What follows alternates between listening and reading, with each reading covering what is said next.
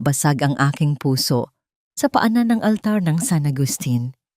Habang ang lahat ay naghihintay sa I do, tumalikod si Mateo para sa isang tawag ni Clarissa. Isang dekorasyon ka lang, Elena, walang silbi. Ang huling hagupit niya bago ako iwan sa gitna ng kahihiyan. Pero hindi nila alam, sa likod ng luhang ito ay ang utak ng isang henyo. Sino ang tunay na talunan kapag ang lupang inaapakan nyo ay nagsimula ng gumuho? Abangan ang aking pagbabalik. Huwag kang mag-alala, Clarissa. Isang dekorasyon lang siya sa buhay ko. Isang marupok na palamuting kailangan kong pakasalan para sa imahe ng pamilya. Pero ikaw lang ang nasa isip ko sa bawat sandali. Ang boses ni Mateo ay malamig, matalim, at walang bahid ng pag-aalinlangan. Bawat salitang binitawan niya sa kabilang linya ng telepono ay tila mga punyal na bumaon sa puso ni Elena. Sa likod ng kalahating nakabukas na pinto ng silid-bihisan ng simbahan, nakatayo si Elena. Suot ang kanyang maringal na puting gown. Ang kanyang mga kamay, na dahan-dahang nanginginig, ay may hawak na isang munting butonyere. Isang puting rosas na maingat niyang pinili para sa kanyang magiging asawa. Naisa na niyang sorpresahin si Mateo. Naisa na niyang ayusin ang kurbata nito at bulungan ng mahal kita bago sila humarap sa altar ng San Agustin. Ngunit ang sorpresang yon ay naging isang sumpa. Ang mga daliri ni Elena ay unti-unting nawalan ng lakas, dahilan upang malaglag ang munting rosas sa sahig. Walang tunog ang pagbagsak nito, ngunit sa pandinig ni Elena, ito ay kasing lakas ng isang malaking pagsabog na dumurog sa kanyang buong mundo. Nanuyo ang kanyang lalamunan. Ang hanging pilit niyang nilalanhap ay tila naging libu-libong karayom na tumutusok sa kanyang baga. Ang kanyang puso, na kanina lamang ay naglulundag sa saya, ngayon ay tila isang ibong binali ang mga pakpak at hinayaang mahulog sa madilim na bangin. Ang init ng kanyang pag-ibig ay mabilis na hinalinhinan ng isang nanunuot na lamig na nanggagaling sa kanyang kaloob-looban. Paano nagawa ni Mateo na sabihin ang mga salitang iyon sa mismong araw ng kanilang kasal? Ang lahat ba ng mga ngiti, ang lahat ng mga pangako ng proteksyon ay isa lamang palabas? Isang malalim na katahimikan ang bumalot sa silid, maliban sa marahang paghinga ni Mateo sa kabilang dako ng pinto. Sa sandaling iyon, ang makulay at maliwanag na hinaharap na binuo ni Elena sa kanyang isipan ay naglaho na parang usok na tinangay ng malakas na hangin. Isang tanong ang paulit-ulit na umaling-awngaw sa kanyang naguguluhang isipan. Hanggang kailan ko ba lulukohin ang aking sarili na ako ay sapat na para sa kanya? Hindi nagtagal, bumukas ang pinto. Lumabas si Mateo, matikas sa kanyang suot na barong, ngunit ang kanyang mga mata ay walang emosyong tumingin kay Elena. Walang bakas ng pagsisisi, walang bakas ng pagmamahal. Handa ka na ba? Tanong ni Mateo. Ang boses ay tila isang estranghero. Naghihintay na ang mga bisita. Tapusin na natin ang seremonyang ito. Hindi nakasagot si Elena. Ang kanyang mga paa ay tila nakabaon sa semento habang sinusundan niya ang lalaking kakasabi pa lamang na siya ay isang walang silbing palamuti. Sa loob ng simbahan, ang bango ng mga bulaklak ng sampagita at rosas ay naging nakakasuffocate. Ang tugtog ng organo ay tila isang malungkot na awit ng pagpanaw kaysa sa pagdiriwang ng pag-ibig. Habang naglalakad si Elena sa gitna ng aisle, bawat hakbang niya ay tila isang paglapit sa sarili niyang bitayan. Ang mga ngiti ng mga kamag-anak at kaibigan ay tila mga pangungutya na hindi nila alam. Nang makarating sila sa harap ng altar, sa gitna ng banal na seremonya, biglang tumunog muli ang cellphone ni Mateo. Hindi ito ang normal na tunog. Ito ay ang espesyal na ringtone na inilaan niya para sa emergency ni Clarissa. Huminto ang pari. Tumingin ang lahat kay Mateo. Sa halip na patayin ang telepono, kinuha ito ni Mateo at binasa ang mensahe. Ang kanyang mukha ay biglang namutla at napuno ng takot. I'm sorry, bulong ni Mateo, ngunit hindi kay Elena, kundi sa hangin. Kailangan ako ni Clarissa. isang emergency. Tinalikuran ni Mateo ang altar. Tinalikuran niya ang pari. At higit sa lahat, tinalikuran niya si Elena sa harap ng daan-daang tao. Ang tunog ng kanyang mabilis na mga hakbang sa marmol na sahig ng simbahan ay tila bawat saksak sa dangal ni Elena. Mateo, tawag ni Doña Aurora, ang kanyang ina. Ngunit hindi tumigil ang lalaki. Naiwan si Elena na nakatayo ng mag-isa sa tapat ng krus. Ang kanyang belo ay dahan-dahang nalaglag sa kanyang balikat na parang isang bandila ng pagkatalo. Ang bulong-bulungan ng mga tao ay nagsimulang kumalat na parang apoy.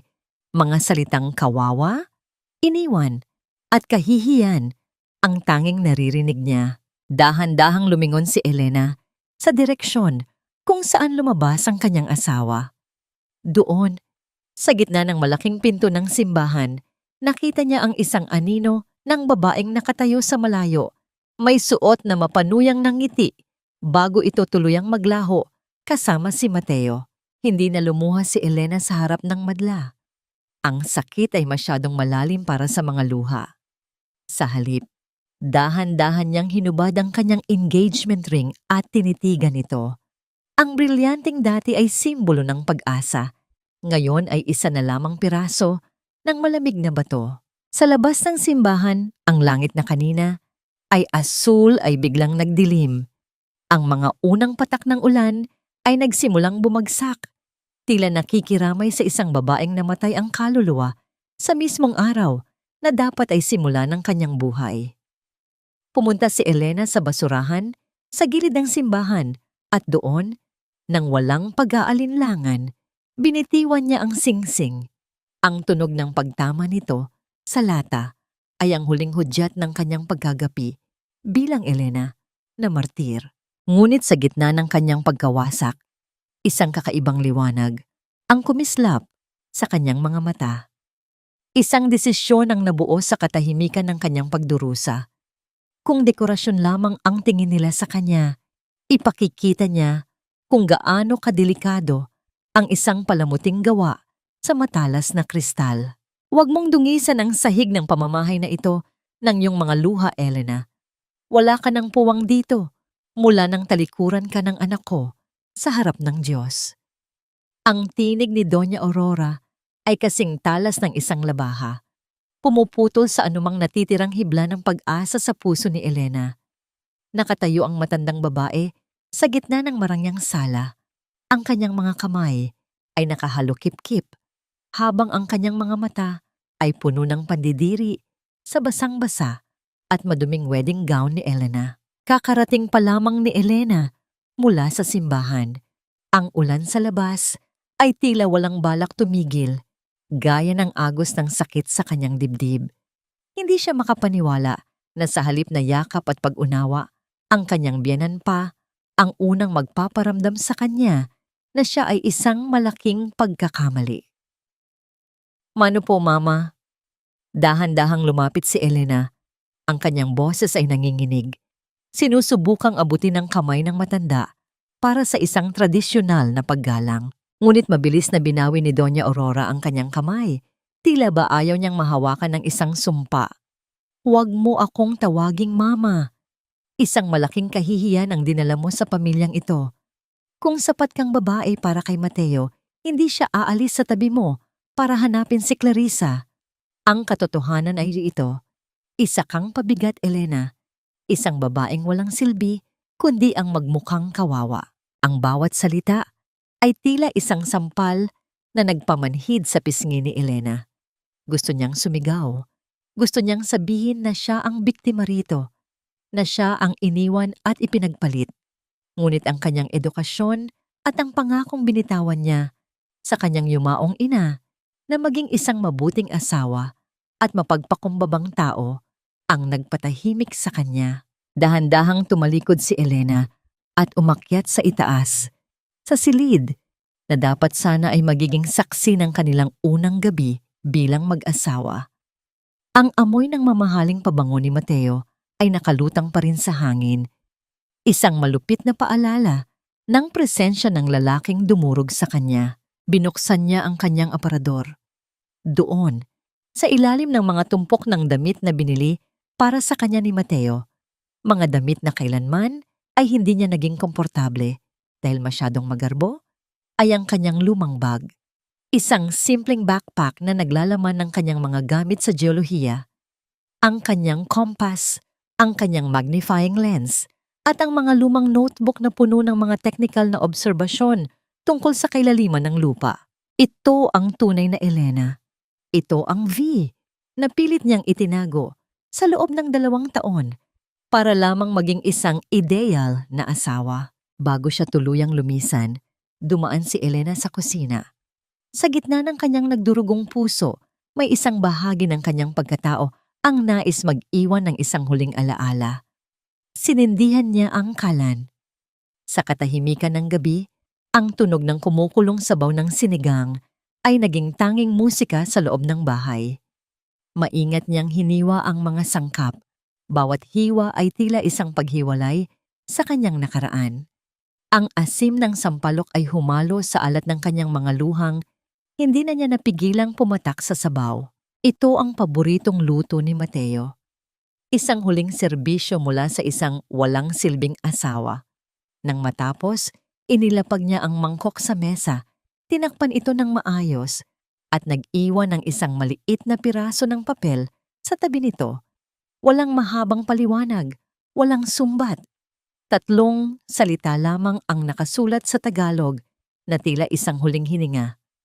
Tapos na ako. Bit-bit ang kanyang backpack, dahan-dahang bumaba si Elena. Nadaanan niya ang wedding gown na kanina lang ay hinubad niya at iniwan na parang isang basahan sa sahig ng banyo. Hindi na niya ito muling tiningnan. Sa pintuan, muling humarang si Doña Aurora. Saan ka pupunta?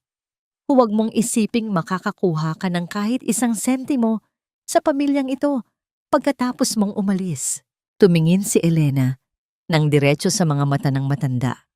Sa unang pagkakataon, ang lamig sa kanyang paningin ay mas matindi pa kaysa sa lamig ng ulan sa labas. Hindi ko kailangan ng pera niyo, Doña Aurora. Ang tanging kinuha ko sa bahay na ito ay ang aking dangal na pilit niyong tinapak-tapakan. Ibigay niyo ang sinigang na iyan kay Mateo pagdating niya. Sabihin niyo sa kanya, iyan ang huling lasa ng pagmamahal na sinayang niya. Lumabas si Elena sa malaking gate ng mansyon.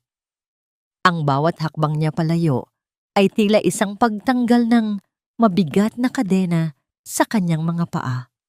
Ang tunog ng pagsara ng gate ay hudyat ng pagtatapos ng isang kabanata ng kanyang pagiging martir. Sumakay siya sa isang naghihintay na taxi. Habang umaandar ang sasakyan, tiningnan niya ang mansyon sa huling pagkakataon sa pamamagitan ng basang bintana. Ang mga ilaw nito ay tila mga matang nangungutya, ngunit hindi na siya natatakot. Kinuha niya ang kanyang cellphone at tinanggal ang SIM card. Binali niya ito sa 2 bago ito itapon sa labas ng bintana. Pagkatapos, binuksan niya ang isang lihim na email account na matagal na niyang hindi nabubuksan. Doon, may isang mensaheng naghihintay mula sa isang internasyonal na ahensya ng pananaliksik. Expert V, we need your confirmation for the Itugon project. The ground is moving. Thousands of lives are at stake. Will you lead the team? Gamit ang nanginginig na mga daliri, nag-type si Elena ng isang maikling tugon. I am coming. Elena is dead. There is only V. Sa di kalayuan, isang kidlat ang gumuhit sa madilim na langit. Panandali ang nagbibigay ng liwanag sa mukha ni Elena na ngayon ay wala ng luha, kundi isang matigas na determinasyon na hindi pa nakikita ni Mateo o ni sino man. Ngunit bago tuluyang makalayo ang taxi, isang itim na sasakyan ang mabilis na dumaan sa kabilang direksyon patungo sa mansyon. Sa loob nito, nakita ni Elena ang isang pamilyar na silweta, si Mateo. Nabuhat-buhat ang isang tila himatay na Clarissa. Isang mapait na ngiti ang sumilay sa mga labi ni Elena. Hindi alam ni Mateo na sa pag-uwi niya sa gabing ito, ang tanging madadatnan niya ay isang malamig na sabaw at isang bahay na wala ng kaluluwa. Ang lamig ng simoy ng hangin sa kabundukan ng Itugon ay tila isang banayad na haplos sa mga sugat ng nakaraan ni Elena. Malayo sa mausok at magulong lungsod, malayo sa mga mapanuring mata ng lipunan, natagpuan niya ang isang uri ng katahimikan na matagal nang ipinagkait sa kanya. Dito, sa isang simpleng kubo na yari sa kawayan at kahoy, walang mga sahig na marmol na kailangang pakintabin at walang mga utos ni Doña Aurora na kailangang sundin. Ang tanging naririnig ni Elena sa bawat umaga ay ang malambing na huni ng mga ibon at ang marahang paghampas ng hangin sa mga dahon ng pino. Suot ang kanyang kupasing maong at isang makapal na jacket, lumabas si Elena sa kanyang maliit na beranda.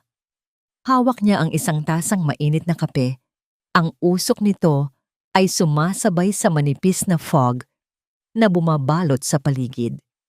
Tinitigan niya ang kanyang mga kamay. Wala na ang mga mamahaling hiyas. Wala na ang pulang pinturang nagpapakinis sa kanyang mga kuko. Sa halip, ang kanyang mga daliri ay may mga bakas na ng lupa at bahagyang kalyo mula sa paghawak ng mga kagamitang panggeolohiya. Ngunit sa unang pagkakataon, sa loob ng maraming taon, naramdaman ni Elena na ang mga kamay na ito ay may silbi. Magandang umaga, Doktora Elena. Isang masiglang tinig ang bumasag sa kanyang pagmumuni-muni. Si Lola Rosa yon, ang isa sa mga pinakamatandang naninirahan sa paanan ng bundok. May dala itong basket na puno ng bagong aning kamote at ilang pirasong saging na saba. Lola Rosa, huwag niyo na po akong tawaging doktora. Elena na lang po. Nakangiting sagot ni Elena habang mabilis na bumababa para salubungin ang matanda. Tinulungan niya itong bitbitin ng basket, isang kilos ng paggalang na tila hindi pamilyar sa mga taong nakapaligid sa kanya noon sa Maynila. Ay, hindi maaari. Sabi ng mga tauhan mula sa ahensya, ikaw daw ang pinakamagaling na eksperto sa lupa. Ikaw daw ang magliligtas sa amin kung sakaling magalit ang bundok. Sagot ni Lola Rosa, ang kanyang mga mata ay puno ng tapat na paghanga. Kaya heto, tanggapin mo itong munting pasasalamat namin. Alam naming hindi ka sanay sa hirap ng buhay dito, pero sana ay magustuhan mo. Naramdaman ni Elena ang isang mainit na kurot sa kanyang puso. Noong siya ay asawa pa ni Mateo, ang lahat ng ibinibigay sa kanya ay may kapalit na ekspektasyon. Ang maging maganda, ang maging tahimik, ang maging sunod-sunuran. Ngunit dito, ang mga tao ay nagbibigay dahil sa pagtitiwala at tunay na malasakit. Sa gitna ng payak na pag-uusap nila ni Lola Rosa, napagtanto ni Elena na ang tunay na halaga ng isang tao ay hindi nasusukat sa kung sino ang kanyang asawa, kundi sa kung anong kabutihan ang kaya niyang ibahagi sa kapwa. Pagpasok sa loob ng kubo, inilatag ni Elena ang mga mapa ng Itugon sa kanyang hapagkainan. Ang proyektong V ay hindi lamang isang trabaho para sa kanya. Ito ang kanyang misyon. Sa bawat datos na kanyang sinusuri, nakikita niya ang unti-unting pagbabago sa istruktura ng lupa sa ilalim ng kanilang inaapakan. Ang mga sensor na kanyang itinanim sa iba't ibang bahagi ng bundok ay nagpapadala ng mga babalang tanging siya lamang ang nakakaintindi. Ang lupa ay tila isang buhay na nilalang na humihinga. At sa ngayon, ang paghingang iyon ay tila naging isang malalim at nakakatakot na ungol. Masyadong mabilis ang saturation ng tubig sa ilalim. Bulong ni Elena sa kanyang sarili habang maingat na minamarkahan ang isang pulang sona sa mapa. Kung magpapatuloy ang ganitong ulan, sa susunod na buwan, ang buong nayon ay nasa panganib. Kinuha niya ang kanyang satellite phone, ang tanging koneksyon niya sa labas ng mundo. Nagpadala siya ng isang kumpidensyal na ulat sa National Disaster Risk Reduction Council. Alam niyang kapag nabasa nila ang ulat na ito, magpapadala ang gobyerno ng mga sundalo at mga rescue team para sa isang malawakang paglikas. Isang bahagi ng kanyang isipan ang nanalangin na sana ay hindi si Mateo ang ipadala. Ngunit sa ilalim ng kanyang takot, May isang maliit na tinig na nagsasabing ang tadhana ay may kakaibang paraan ng paglalaro. Isang hapon, habang naglalakad si Elena, pabalik mula sa isang mataas na bahagi ng bundok, may napansin siyang isang kakaibang bagay sa gitna ng mga damo. Ito ay isang pirasong tela na kulay camouflage. Isang bahagi ng uniforme ng militar. Pinulot niya ito at naramdaman ang isang pamilyar na kaba. Ang tela ay bago pa. Tila ba may mga sundalong nagsagawa ng surveillance sa lugar?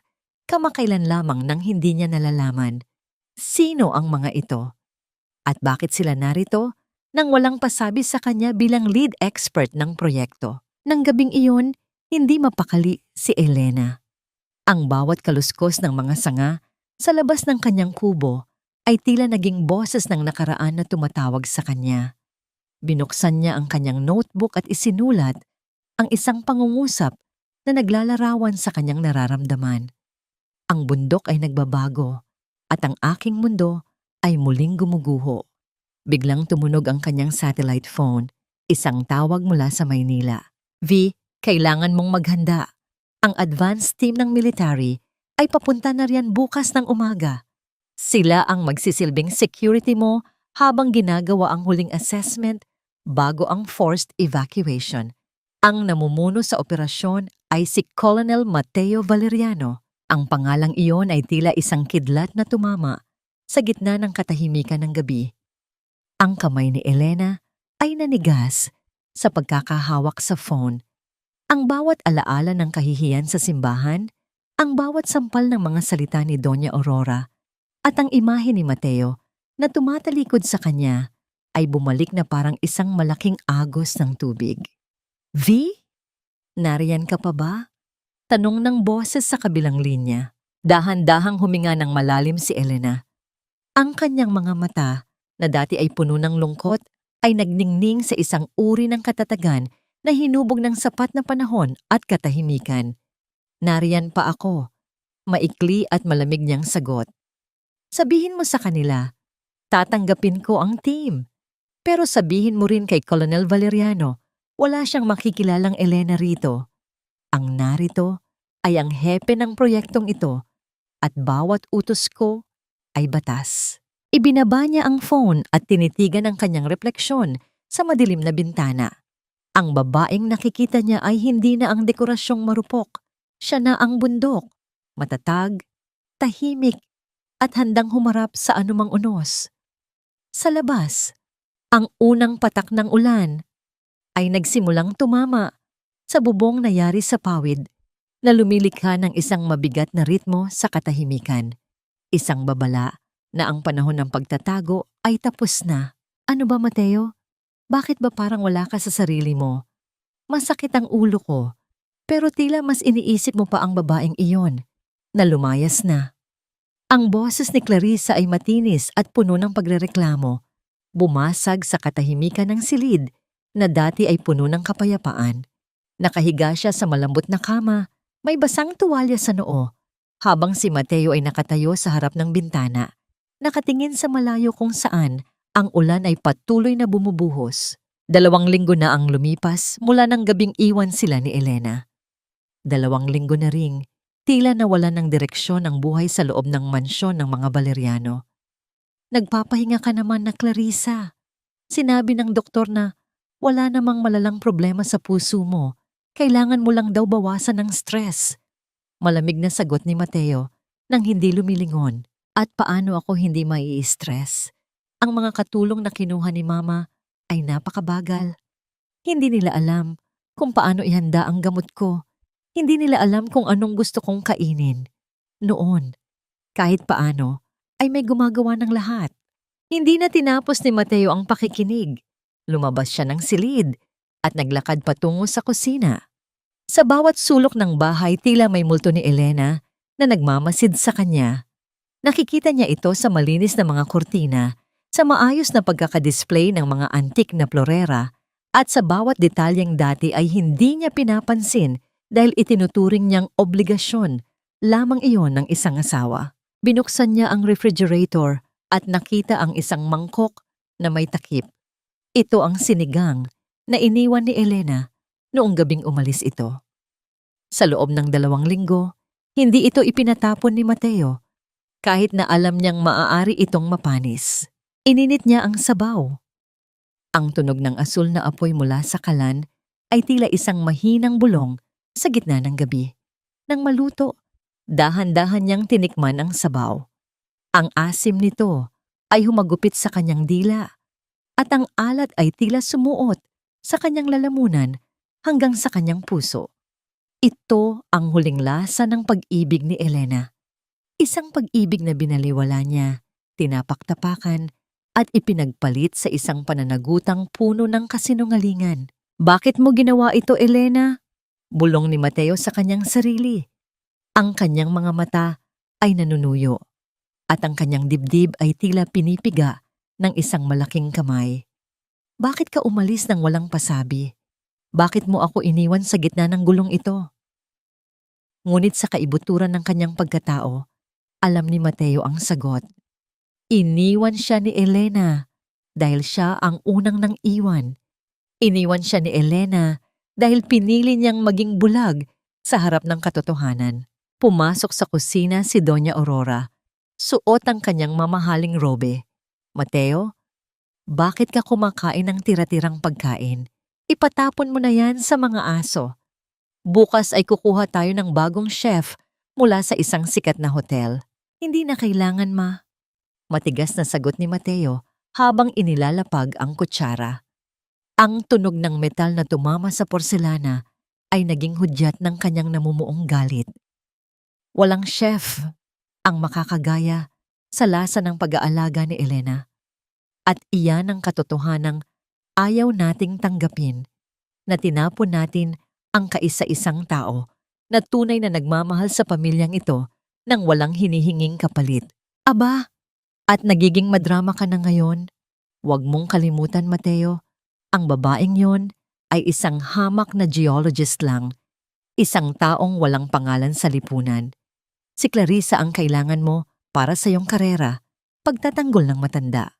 Tumingin si Mateo sa kanyang ina at sa unang pagkakataon, nakita niya ang kababawan ng mga prinsipyo nito. Ang lahat ay tungkol sa imahe, tungkol sa yaman, at tungkol sa utang na loob. Biglang tumunog ang kanyang opisyal na cellphone. Isang tawag mula sa General Headquarters. Colonel Valeriano, report to the Situation Room immediately. We have a national emergency in Itugon, Benguet. High risk of massive landslide. We need you to lead the deployment for forced evacuation and security. Copy that, sir. I'm on my way. Sa sandaling iyon, tila naging malinaw ang lahat kay Mateo. Ang trabahong ito, ang magsisilbing takas niya mula sa sakal na kapaligiran ng mansyon. Ngunit may isang impormasyon ang nakakuha ng kanyang atensyon sa ipinadalang digital file. Liaise directly with the lead expert on site, codename Expert V. She has absolute authority over the technical assessment. Expert V! Bulong ni Mateo. May kung anong kaba ang gumapang sa kanyang likuran. Bakit tila pamilyar ang titik na yon? Bakit tila may koneksyon ito sa isang bahagi ng buhay ni Elena na kailanman ay hindi niya binigyan ng oras na alamin? Bumalik siya sa kanyang silid para mag-empake. Sinubukan siyang pigilan ni Clarissa sa pamamagitan ng pag-iyak at pagkunwari na sumasakit ang dibdib. Ngunit sa pagkakataong ito, hindi man lang siya tiningnan ni Mateo. Magpahinga ka na lang, Clarissa. May mas mahahalagang buhay na nakataya sa Itugon kaysa sa mga sumpong mo. Malamig niyang sabi bago isinara ang pinto. Habang lulan ng military jeep patungo sa Benguet, pinagmamasdan ni Mateo ang madilim na kalsada. Ang bawat liko, ang bawat paakyat na daan ay tila isang paglalakbay patungo sa isang katotohanang hindi niya inaasahan. Hindi niya alam na sa dulo ng kalsadang ito, naghihintay ang babaeng itinuring niyang dekorasyon na ngayon ay may hawak ng kapangyarihang magpabagsak o magligtas sa kanyang buong mundo. Isang tanong ang nanatiling nakabitin sa malamig na hangin ng madaling araw. Sa muling pagkikita, makikilala pa ba niya ang mga matang dati ay puno ng pagsamba? Ngunit ngayon ay maaring puno na ng puot. Ang sasakyan ay patuloy na umakyat sa mga bulubundukin, habang sa malayo, ang kidlat ay muling gumuhit sa langit. Tila isang babala ng paparating na unos na hindi lamang magpapaguho ng lupa, kundi pati na rin ng mga pader ng kanyang kapalaluan. Colonel Valeriano, narito na tayo sa command center ng Itugon. Naghihintay na ang lead expert sa loob. Ang ulat ng kanyang aide de camp ay bahagyang nagpabalik sa diwa ni Mateo mula sa kanyang malalim na pag-iisip.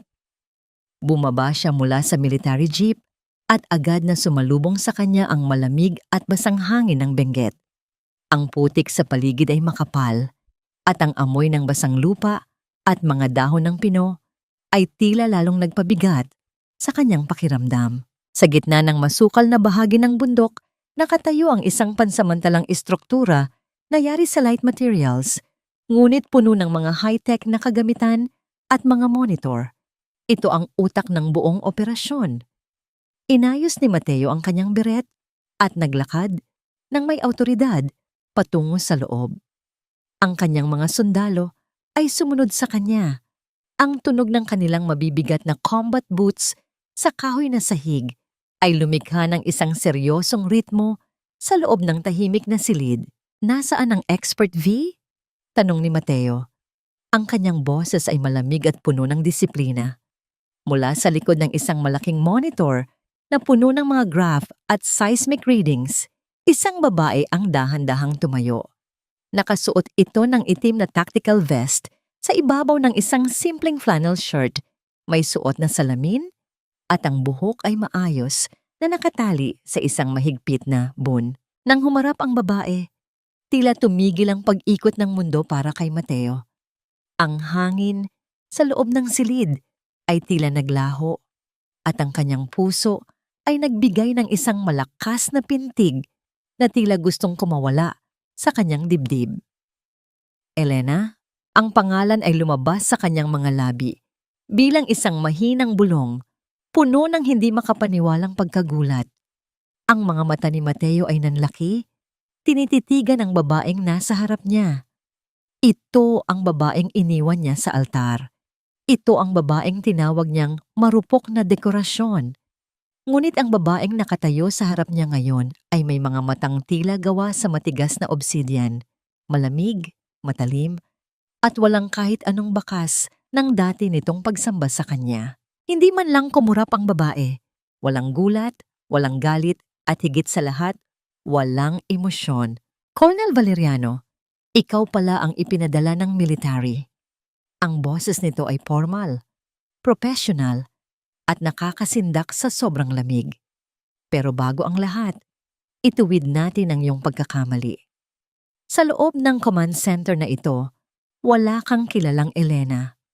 Ako si Expert V, ang pinuno ng proyektong ito.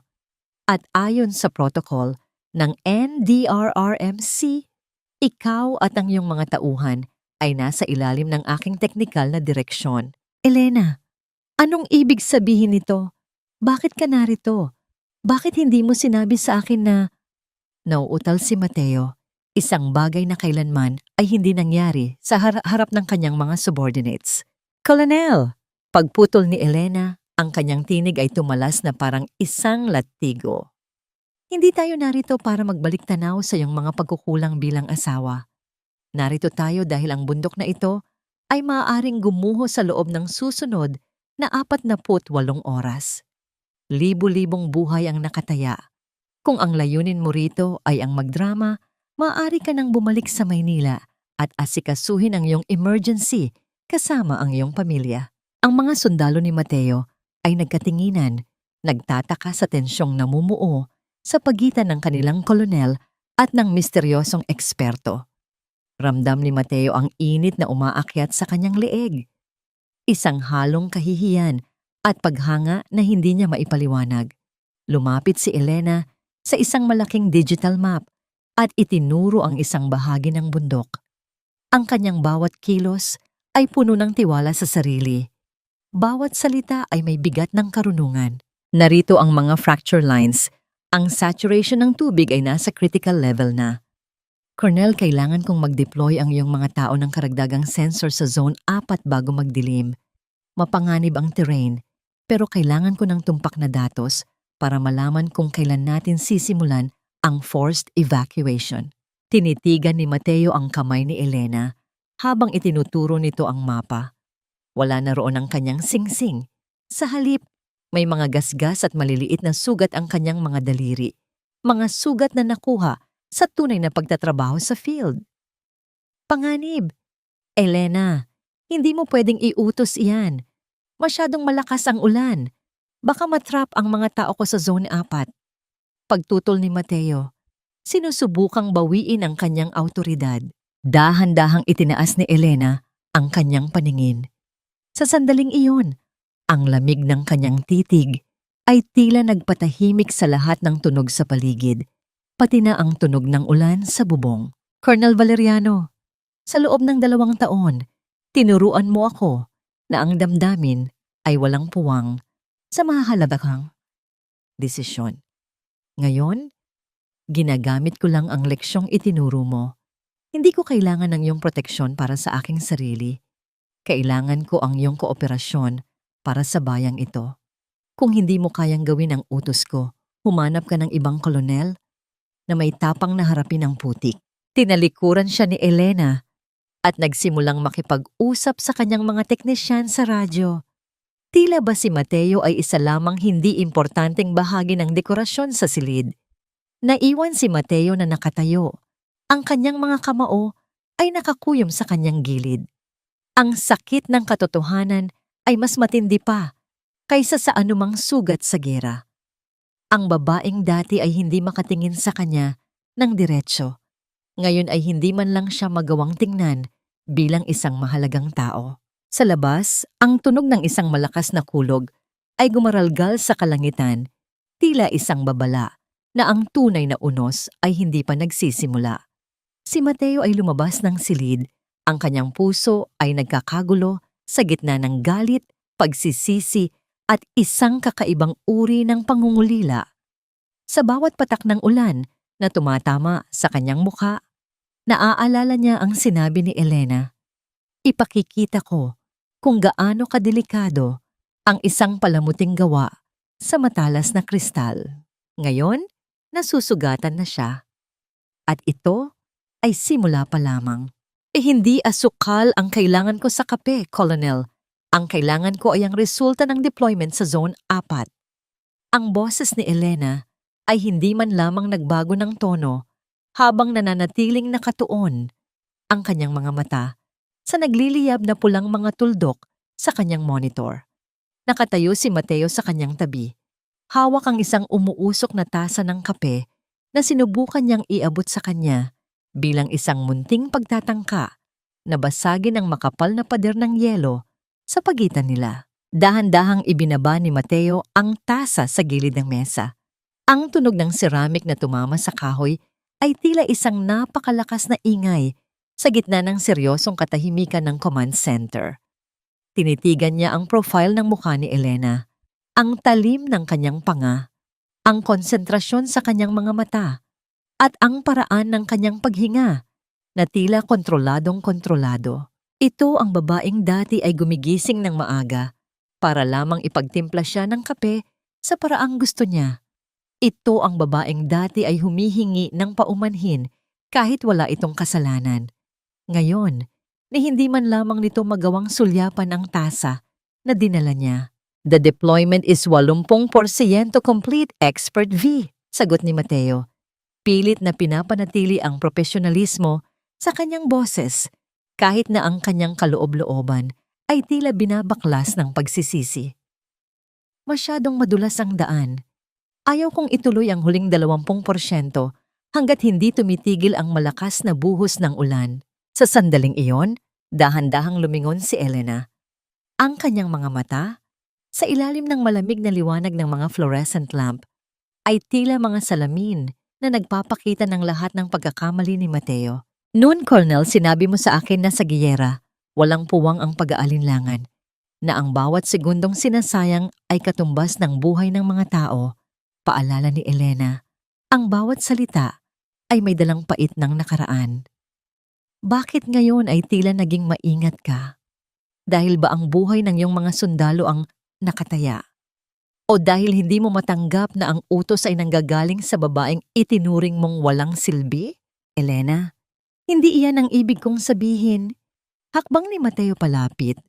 Ang kanyang kamay ay bahagyang umangat na tila gustong hawakan ang braso nito, ngunit mabilis na umatras si Elena. Ang distansya sa pagitan nila ay 2 hakbang lamang, ngunit para kay Mateo, ito ay tila isang napakalalim na bangin na hindi na kailanman matatawid. Huwag mo akong lalapitan ng ganyan, Mateo, bulong ni Elena. Sa unang pagkakataon ay nabasag ang kanyang profesional na tono at lumitaw ang isang bahagi ng kanyang hinanakit. Ang unipormeng suot mo ay simbolo ng proteksyon, pero nasaan ang proteksyong yan noong kailangan ko? Noong iniwan mo ako sa altar para sa isang kasinungalingan? Napatungo si Mateo. Ang bawat salita ni Elena ay tila isang mabigat na pasanin na idinaragdag sa kanyang mga balikat. Naalala niya ang gabi ng kanilang kasal, ang amoy ng sampagita, ang malamig na simoy ng hangin sa labas ng simbahan, at ang paraan ng pagbitaw niya sa kamay ni Elena nang walang lingon-likod. I am sorry, Elena. I was blind. Clarissa. She manipulated the situation and Clarissa did not leave me. Mateo, you did. Putol ni Elena. Ang kanyang boses ay bumalik sa pagiging kasing tigas ng bato. Kaya huwag mong gamitin ang iyong pagsisisi para hadlangan ang operasyong ito. Kung ayaw mong ituloy ang deployment, ibigay mo sa akin ang radyo. Ako mismo ang aakyat sa Zone 4. Hindi. Hindi kita hahayaang gawin iyon. Halos pasigaw na, sabi ni Mateo. Ang kanyang puso ay napuno ng takot sa ideyang mapapahamak si Elena. At sa anong karapatan? Hamon ni Elena. Dahan-dahang tumayo at hinarap siya ng buong tapang. Asawa? Matagal mo nang pinunit ang papel na yon. Colonel, gaya ng sabi ko, ikaw ay nasa ilalim ng aking teknikal na direksyon, kaya gawin mo ang trabaho mo o umalis ka sa daanan ko. Napansin ni Mateo ang isang maliit na peklat sa malapit sa sentido ni Elena. Isang sugat na malamang ay nakuha nito sa pagtatrabaho sa field sa nakalipas na 2 taon. Naalala niya kung paano niya itong pinipilit na manatili sa loob ng bahay dahil mapanganib sa labas para sa isang katulad nito. Ngayon, ang peklat na yon ay tila isang medalya ng karangalan na wala siya. Tumalikod muli si Elena sa kanya. Tila ba ang usapan ay tapos na? Kinuha niya ang tasa ng kape na dinala ni Mateo. Ngunit sa halip na inumin ito, ibinigay niya ito sa isang batang technician na nasa kabilang mesa. Inumin mo ito, Mark. Mukhang kailangan mo ng pampagising para sa monitoring mamayang gabi, sabi ni Elena sa isang malambot na tinig na kailanman ay hindi narinig ni Mateo simula nang dumating siya rito. Ang panonood sa eksenang yon ay tila isang saksak sa puso ni Mateo. Ang pagmamahal at pag-aalaga ni Elena ay nariyan pa rin, ngunit hindi na para sa kanya. Ipinagkakait na ito sa kanya ng buong buo. Lumabas si Mateo ng command center. Ang kanyang mga mata ay naniningkit sa gitna ng malakas na ulan. Ang putik ay kumakapit sa kanyang bota, tila sinusubukang hilahin siya pababa sa kailaliman ng kanyang sariling pagsisisi. Kinuha niya ang kanyang radyo. Alpha Team, this is Colonel Valeriano. Resume deployment to Zone 4 immediately. I will lead the advance party. We move now. Habang umaakyat sa madulas at mapanganib na dalisdis ng bundok, ang bawat hirap ng kanyang paghinga ay inialay ni Mateo para kay Elena. Nais niyang patunayan na kaya niyang magbago, na kaya niyang protektahan ang babaeng sinaktan niya. Ngunit sa gitna ng kanyang pag-akyat, isang nakapangingilabot na tunog ang narinig mula sa kailaliman ng lupa. Hindi ito tunog ng kulog, kundi isang mahaba at gumaralgal na pagyanig na tila nagmumula sa mismong puso ng itugon. Kolonel! Ang lupa! Gumagalaw ang lupa! Sigaw ng isa sa kanyang mga sundalo sa radyo. Bago pa man makasagot si Mateo, Isang malakas na alarm ang umalingaw-ngaw mula sa command center sa ibaba. Ang hudyat na ang critical threshold ay nalampasan na. Mateo! Mateo! Bumalik kayo! Ang boses ni Elena ay biglang narinig sa radyo, puno ng isang emosyong hindi niya magawang itago. Ang takot. Tumalikod si Mateo para tingnan ang direksyon ng command center, ngunit ang nakita niya ay ang unti-unting pagdausdos ng isang bahagi ng bundok patungo sa kinaroroonan ng maliit na istruktura kung nasaan si Elena. Elena! Sigaw ni Mateo. Ang kanyang boses ay nilamon ng ingay ng gumuhong lupa at naglalakihang mga bato. Mateo, bakit mo ako iniwan sa Maynila? Akala ko ba ay mahalaga ako sa'yo? Ang matinis na boses ni Clarissa ay tila isang kiss-kiss ng bakal sa gitna ng seryosong ingay ng command center. Pumasok siya sa silid, nahila-hila ang isang mamahaling maleta, basa ang kanyang buhok at ang kanyang muka ay puno ng artipisyal na luha. Sa likod niya ay ang 2 sundalo ni Mateo na halatang hirap sa pagpigil sa kanya. Tumigil ang lahat sa kanilang ginagawa. Ang mga teknisyan ni Elena ay nagkatinginan, habang si Elena mismo ay dahan-dahang lumingon mula sa kanyang mga monitor. Ang kanyang mukha ay nanatiling kalmado, ngunit ang kanyang mga kamao sa ilalim ng mesa ay nakakuyom ng mahigpit hanggang sa mamuti ang kanyang mga buko-buko. Clarissa, anong ginagawa mo rito? Ang boses ni Mateo ay puno ng gulat at bahagyang takot. Mabilis siyang lumapit sa babae. Ang kanyang mga mata ay pasalit-salit na tumitingin kay Elena at kay Clarissa. Masyadong mapanganib ang daan. Paano ka nakarating dito? Sumakay ako sa helicopter ng isa mong kaibigang general. Mateo, inatake ako sa puso kagabi. Akala ko ay mamatay na ako nang wala ka sa tabi ko. Humihikbi si Clarissa habang dahan-dahang sumasandal sa dibdib ni Mateo. Isang mapait na ngiti ang sumilay sa mga labi ni Elena. Napansin niya ang suot ni Clarissa, isang manipis na designer jacket at mamahaling boots na hindi man lang nababaka ng putik. Napansin din niya ang paraan ng paghawak nito kay Mateo. Tila ba ipinapakita nito sa buong mundo, at lalo na kay Elena, kung sino ang tunay na nagmamay-ari sa lalaki. Sa kabila ng lahat ng kanyang narating bilang isang eksperto, sa harap ni Clarissa, tila muli siyang nagiging ang babaeng iniwan sa altar. Ang bawat luhang inilalabas ni Clarissa ay tila mga patak ng lason na unti-unting pumapatay sa anumang natitirang respeto ni Elena para sa kanyang dating asawa.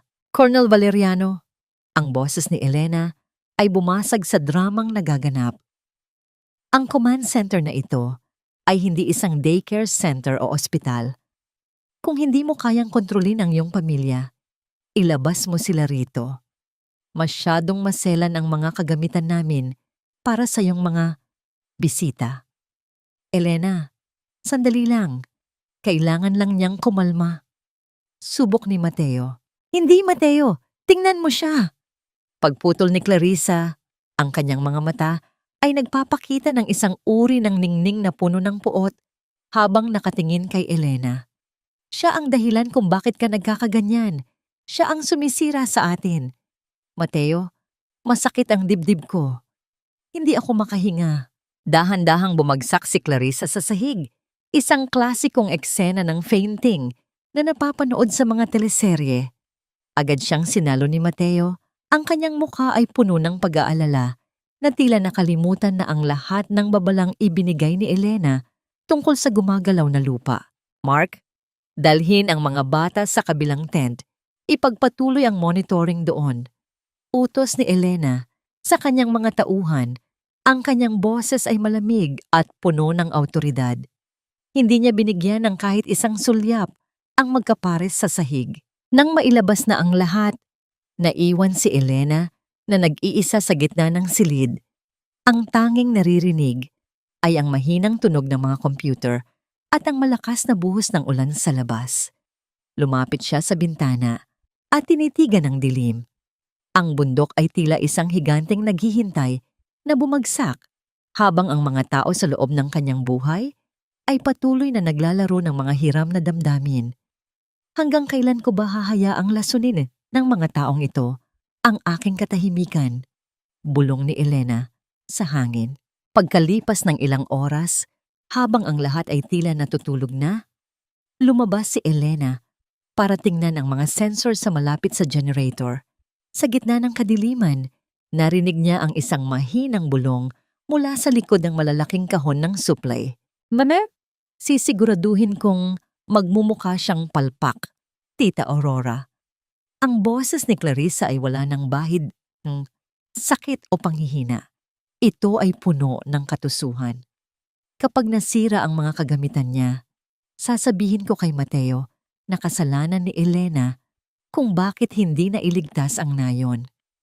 Palalayasin siya rito nang may kahihiyan, gaya ng nangyari sa simbahan. Nanigas si Elena sa kanyang kinatatayuan.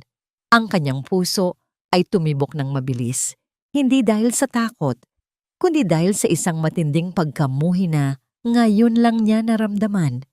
Narinig niya ang tunog ng pagbukas ng isang toolbox.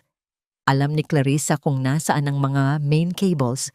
Kung mapuputol ang mga ito sa gitna ng paparating na landslide, mawawalan ng komunikasyon ang lahat. Maaaring mamatay ang daan-daang tao dahil lamang sa selos ng isang babae. Gawin mo na, Clarissa. Bilisan mo bago ka makita ng mga sundalo. Ang boses ni Doña Aurora sa cellphone ay tila isang utos mula sa impyerno. Ang anino ni Clarissa ay gumalaw patungo sa main control board. Hawak nito ang isang matalas na cutter. Ang talim nito ay kumikinang sa ilalim ng liwanag ng kidlat na gumuhit sa langit. Ito ang cliffhanger ng gabi. Ang kaligtasan ng buong Itogon ay nakasalalay sa isang hibla ng wire at ang tanging nakakaalam ng katotohanan ay ang babaeng kailanman ay hindi pinaniwalaan ni Mateo. Lalabas ba si Elena para pigilan si Clarissa o gagamitin niya ang pagkakataong ito para ipakita kay Mateo ang tunay na anyo ng kanyang mahal na kapatid, kahit na ang kapalit nito ay ang panganib sa buhay ng marami? Isang nakabibinging tunog ng kulog ang muling umalingaw-ngaw, kasabay ng unang malakas na pagyanig ng lupa sa ilalim ng kanilang mga paa. Ang mga kamay na yan ay pumatay na ng isang pagsasama. Ngayon ba ay papatay na rin ng libo-libong tao? Ang malamig na tinig ni Elena ay tila isang hatol na nagmula sa kailaliman ng gabi. Nanigas si Clarissa sa kanyang kinalalagyan. Ang cutter na hawak niya ay nakadikit na sa isang makapal na kable ng kuryente. Dahan-dahan siyang lumingon. Ang kanyang mukha na dati ay puno ng amo ay ngayon ay nababanaagan ng isang demonyong nangiti sa ilalim ng malamlam na ilaw ng emergency lamp. Elena, ang talino mo talaga, bulong ni Clarissa. Ang kanyang boses ay wala ng bakas ng panghihina. Pero sino ang maniniwala sa'yo? Sa tingin mo ba ay pakikinggan ka ni Mateo kapag sinabi kong ikaw ang nanakit sa akin dito sa dilim? Hindi ko kailangang magsalita, Clarissa. Ang mga sensor na ito ay nakatala sa bawat paggalaw sa loob ng silid na ito. Sagot ni Elena habang dahan-dahang humahakbang palapit. Ang bawat segundong inaaksaya mo sa iyong kasamaan ay isang segundong ninanakaw mo sa kaligtasan ng mga batang natutulog sa evacuation center. Wala ka bang konsensya? Konsensya? Ang konsensya ay para lamang sa mga mahihina na tulad mo. Asik ni Clarissa. Itinaas niya ang cutter, handang ituloy ang pananabutay. Kapag nawala ang kuryente, ikaw ang sisisihin nila. Magmumula sa iyo ang maling datos at si Mateo, babalik siya sa akin dahil ako lang ang kailangan niya. Clarissa, anong ginagawa mo riyan? Ang boses ni Mateo ay nanggaling sa bukana ng tent. Nakatayo siya roon, hinihingal. Ang kanyang uniforme ay puno ng putik mula sa kanyang pag-inspeksyon sa labas. Hinahanap niya si Clarissa dahil sa nag-aalala siya sa sakit nito. Ngunit ang nadatnan niya ay isang eksenang kailanman ay hindi niya naisip na makikita. Nakita ni Mateo ang cutter sa kamay ni Clarissa. Nakita niya ang lakas ng pagkakatayo nito. Walang bakas ng isang taong may sakit sa puso o malapit ng himatayin. Ang kanyang mga mata ay nanlaki habang tinititigan ng babaeng itinuring niyang kapatid at inilaan ng labis na proteksyon. Mateo! Mateo! Iligtas mo ako! Biglang nagbago ang anyo ni Clarissa. Binitawan niya ang cutter at mabilis na tumakbo patungo kay Mateo. Sinusubukang yakapin ito. Sinubukan akong saktan ni Elena. Gusto niya akong patayin dito. Ngunit sa unang pagkakataon, hindi gumalaw si Mateo para saluhin siya. Nanatili siyang tuwid, ang kanyang tingin ay nakapako sa cutter na nasa sahig at sa kable na bahagya ng may hiwa. Mateo, bakit? Bakit hindi mo ako niyayakap?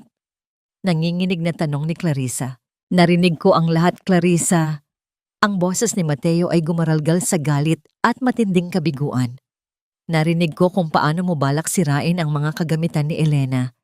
Narinig ko kung paano mo nilaro ang buhay ng mga tao rito para lang sa pansarili mong interes. Hindi totoo yan. Nagsisinungaling si Elena. Ginayuma ka niya. Sigaw ni Clarissa, ang kanyang mukha ay namula sa galit at kahihiyan. Tumahimik ka! Ang sigaw ni Mateo ay umalingaw-ngaw sa buong command center. Mas malakas pa sa tunog ng ulan. Sa loob ng maraming taon, naging bulag ako. Pinaniwala mo ako na ikaw ang biktima. Pinaniwala mo ako na si Elena ang masama. Pero ngayon, nakikita ko na ang lahat. Ang tanging lason sa buhay ko ay Lumapit si Mateo kay Elena. Ang kanyang mga mata ay puno ng pagsusumamo at isang malalim na kahihiyan. Elena, patawarin mo ako. Hindi ko alam. Hindi ko naisip na magagawa niya ito. Tumingin si Elena kay Mateo. Nakita niya ang pagkawasak ng idolo ng lalaki sa sarili nitong mga mata. Ngunit sa halip na matuwa, nakaramdam si Elena ng isang malalim na pagkapagod. Huli na ang lahat para sa iyong paghingi ng tawad, Mateo. Bulong ni Elena. Hindi ang aking kapatawaran ang dapat mong isipin ngayon. Tingnan mo ang monitor. Sa sandaling iyon, ang lahat ng screen sa loob ng silid ay biglang nag-flash ng kulay pula. Isang mahaba at nakapangingilabot na tunog ng sirena ang automatikong bumukas. Ang lupa sa ilalim ng kanilang mga paa ay nagbigay ng isang malakas na pagyanig. Hindi na ito isang babala, kundi ang simula ng isang sakuna. Ang Zone 4. Gumuho na ang Zone 4. Sigaw ng isang technician na pumasok ng mabilis. Colonel, ang evacuation center. Marami pang tao ang hindi nakakalabas. Nanlalamig na tumingin si Mateo sa labas. Ang bundok na dati ay matatag ay tila isang dambuhalang kumot ng putik at bato na dahan-dahang lumalamon sa lahat ng madadaanan nito. Mateo, huwag mo akong iwan. Pagmamakaawa ni Clarissa, humahawak sa braso ni Mateo. Ngunit marahas siyang itinulak ni Mateo palayo. Umalis ka sa harap ko, Clarissa. At kung mabubuhay man tayo sa gabing ito, sisiguraduhin kong pagbabayaran mo ang lahat ng panlolokong ginawa mo. Kinuha ni Mateo ang kanyang radyo. All units, this is Colonel Valeriano. Execute forced evacuation now. Ibahos ang lahat ng puwersa sa Zone 4. Ang unos ay hindi pa tapos at ang lupa ay patuloy sa paglamon sa itugon.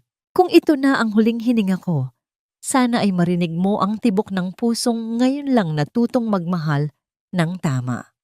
Ang boses ni Mateo sa radyo ay basag, humahalo sa malakas na ugong ng hangin, tila nagngangalit sa labas. Sa loob ng command center, nakatayo si Elena sa harap ng monitor. Ang kanyang mga kamay ay nakadiin sa mesa hanggang sa mamuti ang kanyang mga kuko. Sa screen, ang signal mula sa GPS tracker ni Mateo ay kumikislap sa gitna ng isang gumagalaw na masa ng putik at bato.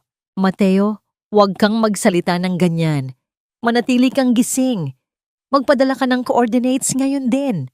Sigaw ni Elena.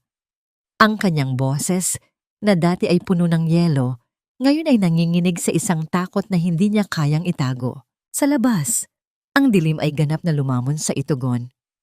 Ang ulan ay hindi na lamang patak, kundi isang pader ng tubig na humahagupit sa lahat ng bagay. Ang tunog ng pagguho ng lupa ay hindi tumitigil. Isang mahaba at nakakangilong pagkalas ng mga ugat ng puno at pagkadurog ng mga naglalakihang bato na tila ba ang buong bundok ay unti-unting kinakain ang sarili nito. Mas mabuti nang mamatay na sinusubukang itama ang lahat kaysa mabuhay ng may pagsisisi habang buhay. Tumakbo si Elena palabas sa gitna ng unos. Ang bawat hakbang niya sa makapal at madulas na putik ay isang pakikipaglaban sa kamatayan. Ang hangin ay tila sinusubukang itulak siya pabalik, at ang bawat patak ng ulan ay parang mga latigo sa kanyang balat. Ngunit sa kanyang isipan, isa lamang ang mahalaga, ang huling sulyap ng pagsusumamo sa mga mata ni Mateo bago ito lumabas ng tent. Matapos ang halos isang oras na paglalakad at paggapang sa gitna ng panganib, narating ni Elena ang kinaroroonan ng signal. Doon, sa ilalim ng isang malaking tipak ng bato na natabunan ng mga sanga ng puno, nakita niya ang isang pamilyar na anino. Mateo! Mabilis siyang lumapit at lumuhod sa tabi nito.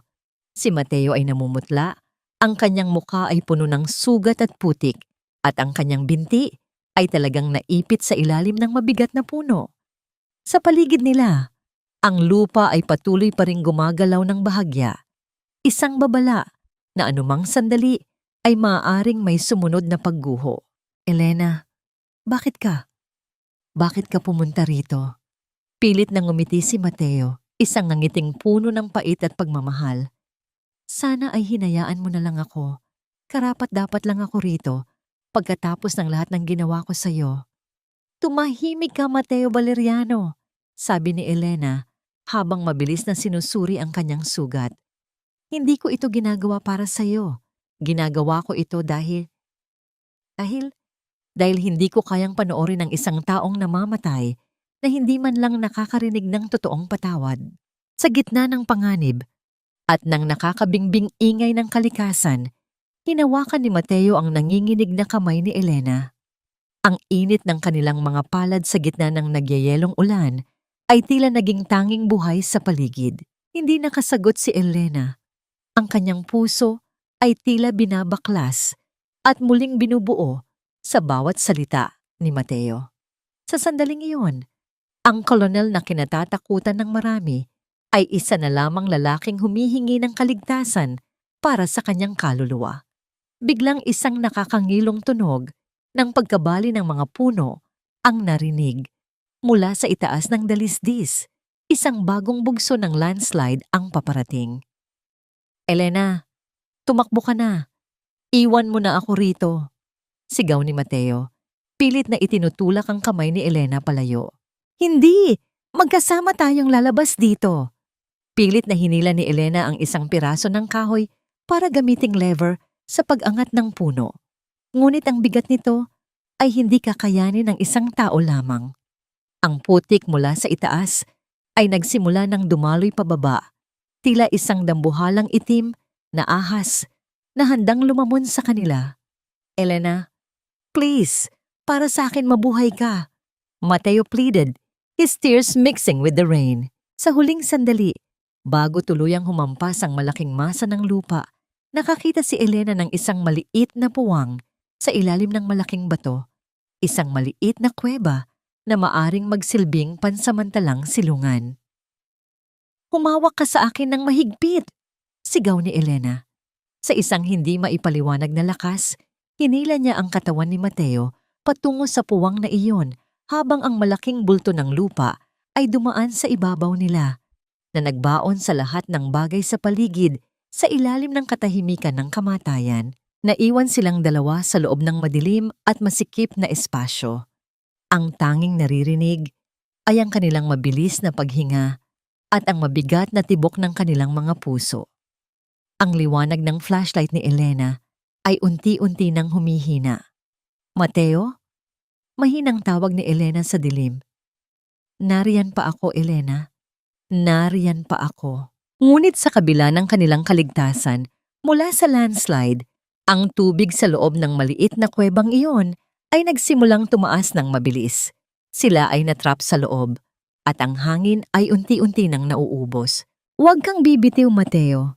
Hindi ako naglakbay ng malayo para lang mawala ka sa ganitong paraan. Ang boses ni Elena ay tila isang marahang bulong sa gitna ng nakatutulig na katahimikan sa loob ng maliit na kuwebang iyon. Ang tubig na kulay putik ay umabot na sa kanilang dibdib at ang lamig nito ay tila unti-unting pinapatay ang bawat selula sa kanilang katawan. Sa bawat paghinga nila, ang hangin sa loob ng masikip na espasyo ay tila lalong kumakaunti, mabigat at amoy lupa. Dahan-dahang itinaas ni Elena ang kanyang kamay, ang kanyang mga daliri ay nanginginig. Habang hinahaplos ang pisngi ni Mateo na puno ng putik at dugo. Ang init ng kanyang palad ay tila isang munting kandila sa gitna ng nagyayelong kadiliman. Sa sandaling ito, wala na ang Expert V, wala na ang Colonel. Mayroon lamang dalawang kaluluwang pilit na kumakapit sa isa't isa habang ang mundo sa labas ay patuloy na gumuguho. Pakiusap, Elena. Umalis ka na. Hirap na sabi ni Mateo. Ang kanyang boses ay tila isang malat na gasgas sa katahimikan. May maliit na butas doon sa itaas. Kasya ka. Mas mabilis ang pagtaas ng tubig kaysa sa pagdating ng tulong. Iiwan kita ng sapat na hangin kung titigil na ako sa paghinga. Huwag mong sabihin yan. Ang sigaw ni Elena ay umalingaw-ngaw sa pader ng mga bato, punong-puno ng sakit at determinasyon.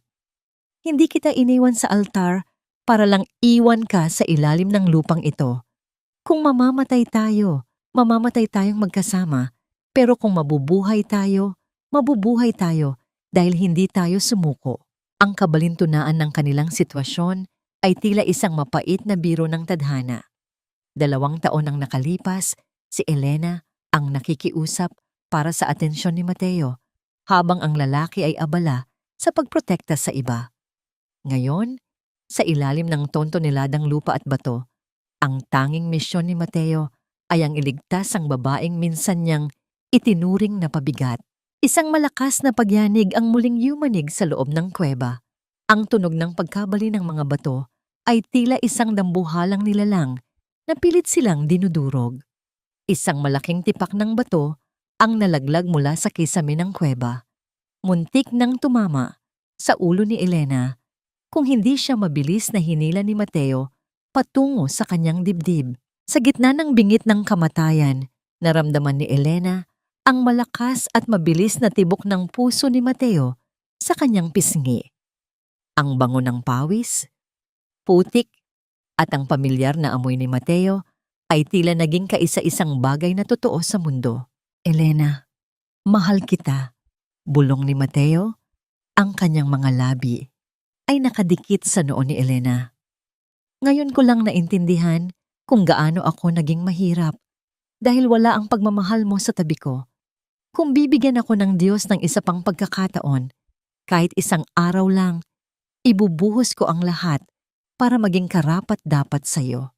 Ipinikit ni Elena ang kanyang mga mata. Hinahayaang humalo ang kanyang mga mainit na luha sa malamig na tubig ng baha. Mateo, hindi mo na kailangang patunayan ng kahit ano. Ang pagpunta mo rito para iligtas ang nayon, ang pagprotekta mo sa akin ngayon. Sapat na yon. Ngunit ang oras ay hindi na sa panig nila. Ang tubig ay umabot na sa kanilang leeg. Napilitan silang itingala ang kanilang mga ulo sa maliit na puwang sa pagitan ng tubig at ng kisame ng bato para lamang makalanghap ng kaunting hangin. Biglang may narinig si Elena. Hindi ito tunog ng ulan o ng landslide. Ito ay isang mahinang ritmo ng pagpalo ng bakal sa bato mula sa itaas. Nariyan na sila. Mateo, naririnig mo ba? Hinahanap nila tayo. Sigaw ni Elena, pilit na iniaangat ang kanyang boses sa kabila ng pagod. Kinuha ni Elena ang kanyang heavy-duty flashlight na bahagya pang gumagana at sinubukang itama ang liwanag nito sa mga bitak sa itaas. Gamit ang kanyang nalalabing lakas, Kumuha siya ng isang maliit na bato at sinimulang pukpukin ng pader sa parehong ritmo na naririnig niya mula sa labas. Ang bawat pukpok ay tila isang panalangin. Ang bawat tunog ng metal na tumatama sa bato ay hudyat ng kanilang pagnanais na mabuhay. V, naririnig namin kayo. Huwag kayong susuko. Ang boses ni Mark ay narinig mula sa kabilang panig. Tila ba nanggagaling sa kabilang mundo. Bilisan nyo! Tumataas na ang tubig! Tugon ni Elena. Ngunit ang huling pagsubok ay dumating. Isang malaking ugat ng puno na nakatusok sa kisame ng kuweba ang nagsimulang mabaklas dahil sa bigat ng lupa sa itaas. Kung tuluyan itong matatanggal, ang kisame ay guguho at ganap silang malilibing sa loob. Mateo, itulak natin ang batong iyon para sumangga sa ugat. Utos ni Elena. Sinubukan nilang dalawa na itulak ang isang malaking tipak ng bato, ngunit ang binti ni Mateo ay namamanhid na at wala na itong sapat na lakas. Nakita ni Elena ang paghihirap sa mukha ng lalaki. Elena, gamitin mo ang likod ko. Tumapak ka sa balikat ko para maabot mo ang butas sa itaas. Kailangan mong makalabas para gabayan mo sila kung saan dapat maghukay, sabi ni Mateo. Ang kanyang mga mata ay puno ng determinasyon. Hindi, may iwan ka rito. Kailangan mong gawin ito para sa ating dalawa. Pakiusap, Elena. Magtiwala ka sa akin. Sa huling pagkakataon, hinalikan ni Elena si Mateo sa mga labi. Isang halik na puno ng pait, pag-asa at pangako. Tumapak siya sa matitigas na balikat ni Mateo. Naramdaman niya ang pangangatog ng katawan ng lalaki habang pilit nitong binubuhat ang bigat niya sa gitna ng tumataas na tubig. Naabot ni Elena ang maliit na butas at sinimulang hawanin ang putik at mga bato. Nakita niya ang isang sinag ng liwanag mula sa labas. Ang unang pag-asa sa gitna ng madilim na gabi. Ngunit bago pa man niya tuluyang maabot ang mga kamay ng rescue team, isang malakas na tunog ng pagkabali ng kisame ang umalingaw-ngaw. Mateo! Sigaw ni Elena habang ang bahagi ng kuweba kung nasaan si Mateo ay tuluyang natabunan ng mga bumagsak na bato at lupa. Ang huling nakita ni Elena bago siya hinila ng rescue team pataas ay ang kamay ni Mateo na unti-unting lumulubog sa ilalim ng madilim na tubig. Habang ang lalaki ay may suot na isang mapayapang ngiti, tila ba tanggap na niya ang kanyang kapalaran kapalit ng kaligtasan ng babaeng kanyang mahal. Mateo! Ang huling sigaw ni Elena ay tila bumasag sa katahimikan ng madaling araw habang siya ay nakahiga sa ibabaw ng gumuhong lupa. Nanonood sa lugar kung saan tuluyan ng naglaho ang lalaking nagturo sa kanya kung paano magmahal at kung paano masaktan. Hindi pwedeng dito matatapos ang lahat, Mateo. Hindi sa ilalim ng malamig at madilim na lupang ito. Naririnig mo ba ako? Magbayad ka muna ng lahat ng utang mo sa akin. Ang sigaw ni Elena ay bumasag sa katahimikan ng madaling araw. Isang hiyaw na puno ng galit, pag-ibig at matinding desperasyon. Nakaluhod siya sa ibabaw ng gumuhong lupa. Ang kanyang mga kamay, na dati ay maingat na humahawak sa mga mamahaling kagamitan, ngayon ay madugo at puno ng putik habang walang tigil siyang naghuhukay. Hindi siya pinapansin ng mga rescue team na pilit siyang hinihila palayo para sa sarili niyang kaligtasan. Sa mga mata ni Elena, wala nang halaga ang panganib ng susunod pang pagguho. Ang tanging mahalaga ay ang lalaking nagbigay sa kanya ng pagkakataong makahinga muli, kapalit ng sarili nitong buhay. V, kailangan mong lumayo rito. Masyadong malambot ang lupa. Baka pati ikaw ay lamunin. Sigaw ni Mark, habang pilit na niyayakap ang balikat ni Elena para pigilan ito. Bitawan mo ako, Mark. Alam ko kung nasaan siya. Nararamdaman ko ang tibok ng puso niya sa ilalim ng paanan ko. Lumingon si Elena at ang hitsura ng kanyang mga mata ay sapat na para mapatigil ang sinuman. Wala na roon ang takot. Ang naroon ay ang bagsik ng isang babaeng handang makipag-agawan sa kamatayan. Dahan-dahang tumayo si Elena at lumingon sa mga sundalo ni Mateo na nakatayo ng tulala sa paligid. Kayo, hindi ba kayo ang mga tauhan niya? Hindi ba sinabi niya sa inyo na walang maiiwan? Kolonel niyo ang nasa ilalim niyan. Kunin niyo ang mga pala. Gamitin niyo ang mga kamay niyo. Ngayon din, ang awtoridad sa boses ni Elena ay tila isang malakas na utos na nagpabangon sa moral ng mga sundalo. Sa gitna ng buhos ng ulan, ang tunog ng mga palang tumatama sa lupa at ang mabibigat na paghinga ng mga lalaking naghuhukay ay naging tanging musika ng pag-asa.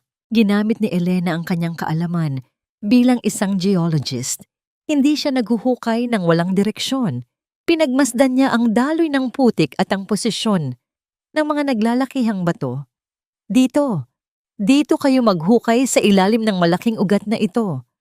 Gumawa ito ng maliit na air pocket, sigurado ako. Lumipas ang mga minuto na tila mga taon.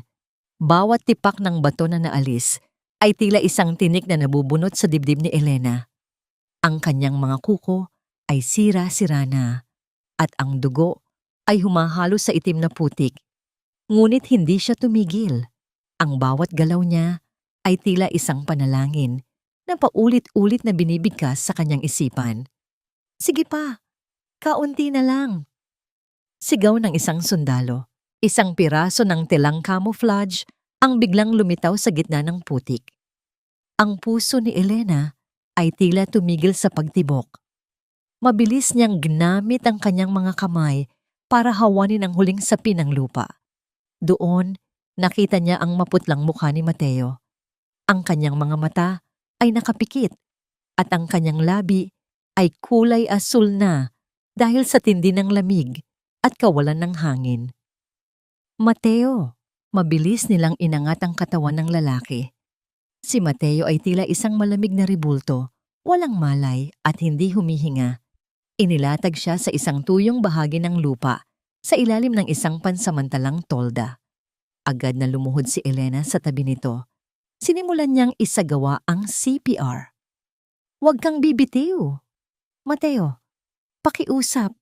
Bumalik ka sa akin. Sabi mo gagawin mo ang lahat para maging karapat-dapat.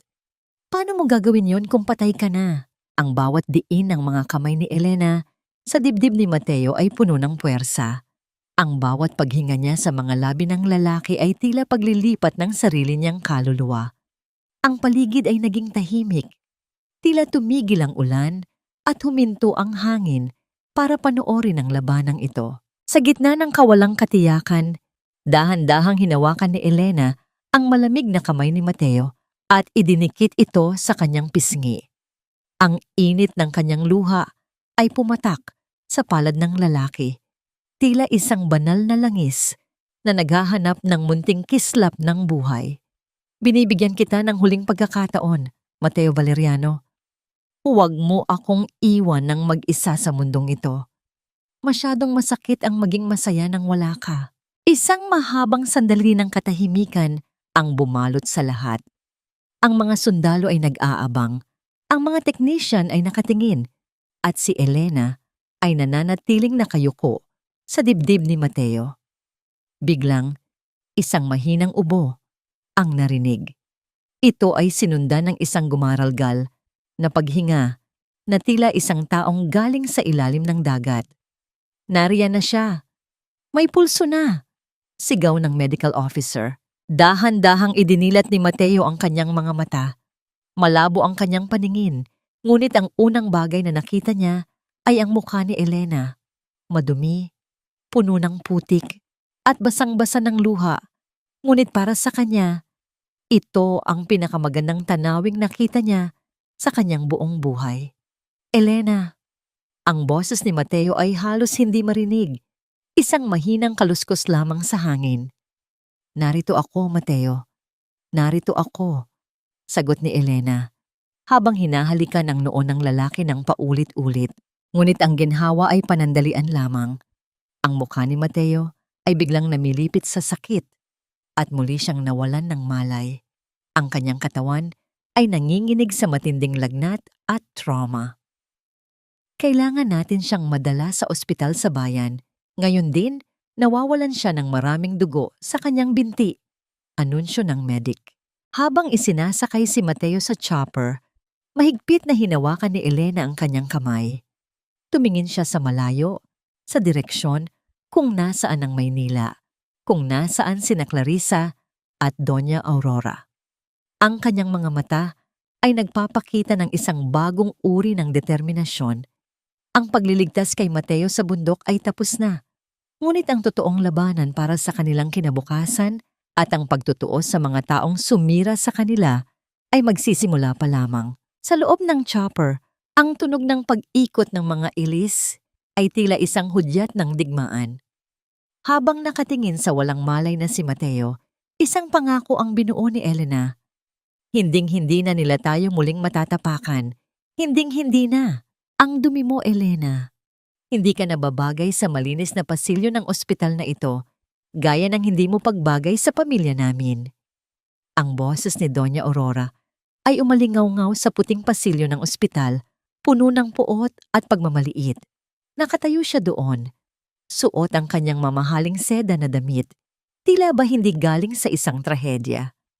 Sa tabi niya ay si Clarissa, na nakaupo sa wheelchair at may hawak na panyo sa mga mata, nagpapanggap na labis na nanghihina. Dahan-dahang tumayo si Elena mula sa kanyang upuan sa labas ng intensive care unit. Hindi pa siya nakakapagpalit ng damit. Ang kanyang jacket ay tuyo na ang putik. Ang kanyang buhok ay gulo-gulo. At may mga bakas pa ng dugo ni Mateo sa kanyang mga kuko. Ngunit sa likod ng duming iyon, may isang ningning sa kanyang mga mata na nagpatigil sa paghakbang ng matanda. Ang duming nakikita niyo sa akin, Doña Aurora, ay ang dumi ng lupang nagligtas sa anak niyo. Ang boses ni Elena ay kalmado, ngunit may talim na hindi matatawaran. Habang kayo ay nagpapakasarap sa loob ng inyong mga sasakyan, ang duming ito ang naging tanging pag-asa ni Mateo para makahinga muli. Wala kang utang na loob. Kung hindi dahil sa mga palpak mong babala, hindi mapapahamak ang anak ko. Sigaw ng matanda, dinitiktikan ng kanyang tungkod sa sahig. Tita Aurora, tama na po. Hikbi ni Clarissa pilit na humahawak sa dibdib. Huwag niyo na siyang pansinin. Ang mahalaga ay ang kalagayan ni Mateo. Elena, pakiusap, lumayo ka na. Ako ang asawa sa puso ni Mateo, hindi ikaw. Lumapit si Elena kay Clarissa. Ang bawat hakbang niya ay tila isang pagyanig ng lupa na kinatatakutan ng dalawa. Yumuko siya ng bahagya para maging kapantay ang mukha ng babaeng nakaupo sa wheelchair. Asawa sa puso? Mapait na tumawa si Elena. Clarissa, narinig ko ang lahat sa loob ng command center. Narinig ko ang usapan niyo ni Doña Aurora tungkol sa pagputol ng mga kable. Narinig ko ang plano niyong ipahamak ang buong nayon para lang sirain ako. Namutla si Clarissa. Ang panyong hawak niya ay nalaglag sa sahig. Nagsisinungaling ka. Mateo won't believe you. Hindi niya kailangang maniwala sa akin dahil narinig niya mismo mula sa'yo. Pagpapatuloy ni Elena habang ang kanyang tingin ay lumipat kay Doña Aurora. Bago gumuho ang Zone 4, nalaman na ni Mateo ang katotohanan. Alam na niya kung sinong ahas ang inalagaan niya sa loob ng maraming taon. Anong ibig mong sabihin? Nanginginig na tanong ni Doña Aurora. Bago pa makasagot si Elena, bumukas ang pinto ng ICU. Lumabas ang isang doktor, kasunod ang 2 sundalo ni Mateo na nagsisilbing gwardiya. Doktor, kamusta ang anak ko? Tanong ni Doña Aurora, pilit na ibinabalik ang kanyang awtoridad. Tiningnan ng doktor ang matanda. Pagkatapos ay tumingin kay Elena nang may malalim na respeto. Stable na po ang pasyente, pero ayon sa mahigpit na bilin ni Colonel Valeriano, bago siya mawalan ng malay sa chopper, isa lang ang pinahihintulutan niyang pumasok sa silid na ito. Sino? Ako ba? Tanong ni Clarissa ng may pag-asa. Hindi po, sagot ng doktor. Si Expert V lamang, o sa madaling salita, ang kanyang tunay na asawa, si Ginang Elena Valeriano. Tila isang malakas na sampal ang dumapo sa mukha ni Doña Aurora at Clarissa.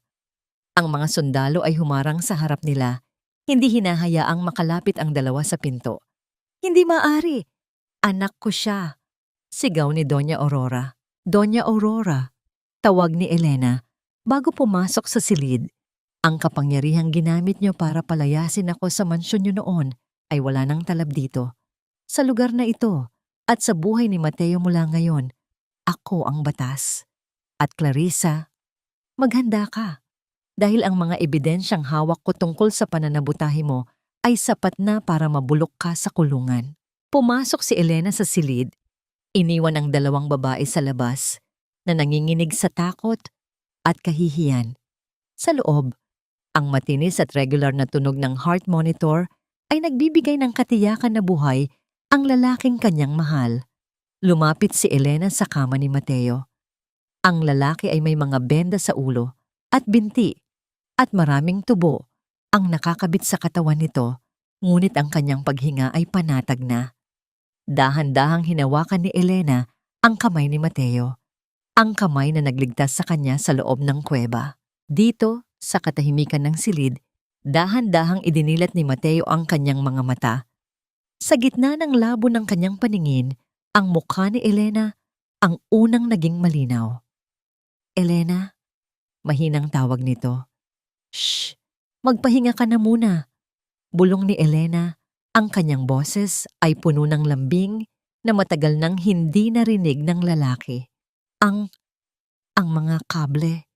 Clarissa. Pilit na nagsasalita si Mateo, ang kanyang puso ay tila bumibilis ang tibok sa monitor. Alam ko na, Mateo. Alam ko na ang lahat.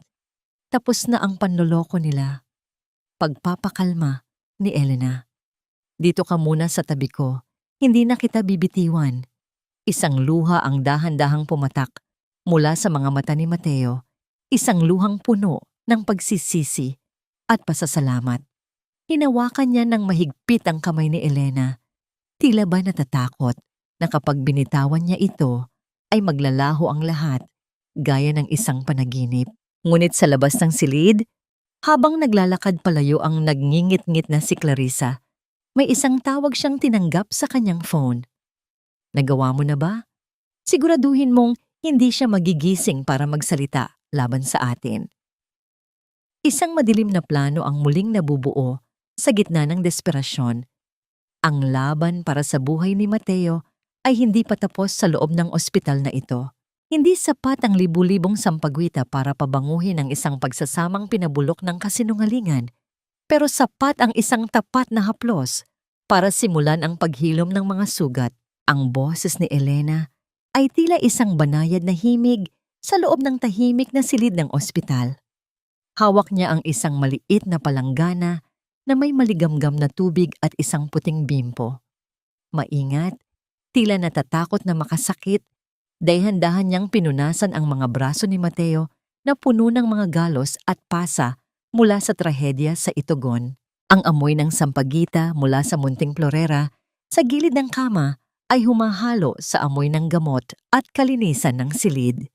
Para kay Mateo, na nakasandal sa mga unan at pinagmamasdan ang bawat galaw ni Elena, ang amoy na ito ay hindi na simbolo ng kamatayan, kundi ng isang panibagong sumpaan, isang sumpaang mas tapat kaysa sa naganap sa simbahan. Bakit mo pa ito ginagawa, Elena?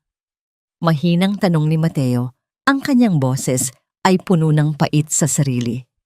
Pagkatapos ng lahat ng kahihiyang idinulot ko sa iyo, pagkatapos kitang ituring na parang wala lang, bakit narito ka pa rin at pinagsisilbihan ako? Tumigil si Elena sa kanyang pagpunas. Tiningnan niya ang mga mata ni Mateo at doon niya nakita ang isang lalaking wala na ang kapalaluan. Ang Colonel na dati ay tila hindi kayang tapatan ng sinuman, ngayon ay isang tao na lamang na naghahanap ng kapayapaan sa kanyang sariling konsensya. Ginagawa ko ito dahil iyon nananangtam, Mateo. Sagot ni Elena habang muling isinasawsaw ang bimpo sa tubig. Hindi ako narito dahil kailangan kita. Narito ako dahil pinili kong manatili. Ang pagpapatawad ay hindi nangangahulugang nakalimutan ko na ang sakit. Ito ay nangangahulugang ayaw ko nang dalhin ang bigat ng galit sa aking puso. Hinawakan ni Mateo ang nanginginig na kamay ni Elena. Ang kanilang mga balat ay nagtagpo, nagbibigay ng init sa isa't isa sa gitna ng malamig na aircon ng silid. Gusto kong bumawi, Elena. Alam kong hindi sapat ang isang buhay para pagbayaran ang mga luhang pumatak sa mga mata mo. Bulong ni Mateo. Dahan-dahang inilalapit ang kamay ng asawa sa kanyang mga labi. Pababayaan ko na ang lahat. Ang posisyon ko, ang mansyon, ang lahat ng sinasabi ni Mama. Gusto ko lang na bigyan mo ako ng pagkakataong patunayan na ikaw lang ang mahalaga. Sa halip na sumagot ng marahas, kinuha ni Elena ang isang sukhe at dahan-dahang inayos ang gulugulong buhok ni Mateo. Ang simpleng kilos na ito, ang marahang pagdaan ng suklay sa anit ng lalaki, ay nagdala ng isang matinding emosyon sa pagitan nila. Para itong isang tahimik na pagtanggap na mayroon pa ring pag-asa sa gitna ng pagkaguho. Magpagaling ka muna, Mateo. Iyon lang ang tanging tungkulin mo sa ngayon, sabi ni Elena, nang may munting nangiti na sa wakas ay umabot sa kanyang mga mata. Ngunit ang katahimikang ito ay nabasag nang biglang bumukas ang pinto. Isang nurse na may suot na face mask at nakayukong pumasok sa silid, may dalang tray ng mga gamot. Napansin ni Elena ang kakaibang kilos nito, masyadong mabilis at tila hindi makatingin ng diretso sa kanila. Sandali lang, nurse, harang ni Elena nang akmang magtuturok na ang babae sa IV line ni Mateo. Hindi ba't katatapos lang ng injection niya noong nakaraang oras? Anong gamot iyan? Pampakalma po ito, ma'am. Utos po ng head doctor. Maikling sagot ng nurse. Ang kanyang boses ay tila pamilyar kay Elena. Nang dahan-dahang itingala ng nurse ang kanyang ulo, nakita ni Elena ang mga mata nito sa likod ng salamin. Ang mga matang iyon ay puno ng puot at desperasyon. Hindi ito nurse. Clarissa? Bulong ni Elena. Ang kanyang puso ay biglang tumibok ng mabilis dahil sa kaba. Agad na binitiwan ni Clarissa ang pagkukunwari. Itinulak niya si Elena palayo at mabilis na sinubukang iturok ang hiringgilya sa ISO IV line ni Mateo. Kung hindi siya mapupunta sa akin, walang pwedeng magmay-ari sa kanya. Sisiguraduhin kong matutulog ka ng habang buhay, Mateo. Huwag! Sigaw ni Elena. Mabilis niyang sinunggaban ang braso ni Clarissa. Nagkaroon ng isang matinding agawan sa loob ng maliit na silid. Ang tunog ng pagtumba ng mga tray at pagbasag ng mga bote ng gamot ay umalingaw-ngaw sa katahimikan. Sa kabila ng kanyang panghihina, sinubukan ni Mateo na bumangon para tulungan si Elena. Ngunit ang kanyang mga tubo ay nakahadlang sa kanya. Bitawan mo ako, Elena. Kasalanan mo ang lahat ng ito. Sigaw ni Clarissa. Ang kanyang mukha ay namimilipit sa galit habang pilit na itinutulak ang matalas na karayom patungo sa leeg ni Elena. Nagtagumpay si Elena na maagaw ang hiringgilya at itapon ito sa malayo. Ngunit sa gitna ng kanilang pagbubuno, marahas na itinulak ni Clarissa si Elena patungo sa gilid ng kama kung nasaan ang mga matatalas na kagamitang pang-medikal. Isang malakas na tunog ng pagtama ng katawan sa bakal ang narinig. Kasunod, ang biglang paghinto ng tunog ng heart monitor ni Mateo. Ang mahaba at nakakangilong tunog ng beep ay pumuno sa buong silid. Mateo! Hiyaw ni Elena, habang nakikita niyang ang mga mata ni Mateo ay tumitirik at ang kanyang katawan ay nagsisimulang manginig ng marahas. Tumakas si Clarissa palabas ng pinto. Iniwan ang kaguluhan sa likod niya. Naiwan si Elena na mag-isa. Pilit na pinipindot ang emergency button habang ang kanyang mga kamay ay muling nababalot ng dugo. Dugo ng lalaking muli niyang ipinaglalaban sa kamatayan. Nurse! Doktor! Tulong! Hindi siya makahinga. Ang bawat segundo ay tila isang taon. Habang pinagmamasdan ni Elena ang unti-unting pagputi ng mukha ni Mateo. Ang tanong na naiiwan sa gitna ng ingay ng alarm ay, Huli na ba ang lahat para sa kanilang ikalawang pagkakataon? Ang bawat mahaba at nakakangilong hudyat ng heart monitor sa loob ng silid ay tila isang hatol ng kamatayan, ngunit ang mas masakit ay ang malamig na katotohanang ang taong pinakamahal mo ay dahan-dahang naglalaho sa harap ng iyong mga mata. Sa gitna ng kaguluhan sa loob ng ICU, itinulak ng mga nurse si Elena palayo upang bigyang daan ang mga doktor na mabilis na nagsasagawa ng resuscitation kay Mateo. Ang tunog ng mga kagamitang medikal na nagbabanggaan at ang mabilis na mga utos ng head doctor ay naging isang malabong ingay sa pandinig ni Elena. Nakasandal siya sa malamig na pader. Ang kanyang mga kamay ay nanginginig at may mga bakas pa ng dugo mula sa pakikipagbuno kay Clarissa. Ngunit hindi tumagal ang kanyang pananahimik. Isang galit na nagmula sa kailaliman ng kanyang pagkatao ang biglang nagliyab. Hindi niya hahayaang makatakas ang babaeng sumira sa kanyang buhay at ngayon ay nagtatangka sa buhay ni Mateo. Mabilis na lumabas si Elena sa pasilyo. Nakita niya ang isang anino na mabilis na naglalakad patungo sa fire exit. Hindi na siya nag-atubili. Sa kabila ng pagod at trauma, tumakbo siya ng buong lakas. Ang tunog ng kanyang mga yabag sa pasilyo ay tila hudyat ng paparating na paghuhukom. "Clarissa!" Ang sigaw ni Elena ay umalingaw-ngaw. Puno ng awtoridad at puot. Napahinto si Clarissa sa tapat ng pinto ng fire exit. Paglingon niya, hinarangan na siya ng dalawa sa mga sundalo ni Mateo na kanina pa naka-duty sa labas ng ospital. Ang mga mukha ng mga sundalo ay madilim. Ang kanilang mga kamay ay nakahawak na sa kanilang mga posas. "Wala kang pupuntahan, Clarissa," sabi ni Elena habang dahan-dahang lumalapit. Ang bawat hakbang niya ay may bigat ng lahat ng sakit na tiniis niya sa loob ng 2 taon. Ang lahat ng panloloko mo, ang lahat ng pagpapanggap mong may sakit ka sa puso, at ang tangka mong pagpatay kay Mateo. Tapos na ang lahat. Wala kayong ebidensya. Hindi niyo ako pwedeng ipakulong. Sigaw ni Clarissa. Ang kanyang mukha ay namimilipit na sa desperasyon. Ang kanyang buhok ay gulo-gulo at ang kanyang mga mata ay nanlilisik na parang isang hayop na nakulong. Sa sandaling iyon, dumating si Doña Aurora, hingal na hingal at tila hindi malaman ang gagawin. Nang makita niya ang mga sundalo at ang galit na si Elena, mabilis siyang lumapit kay Clarissa. "Clarissa? Anong ginawa mo?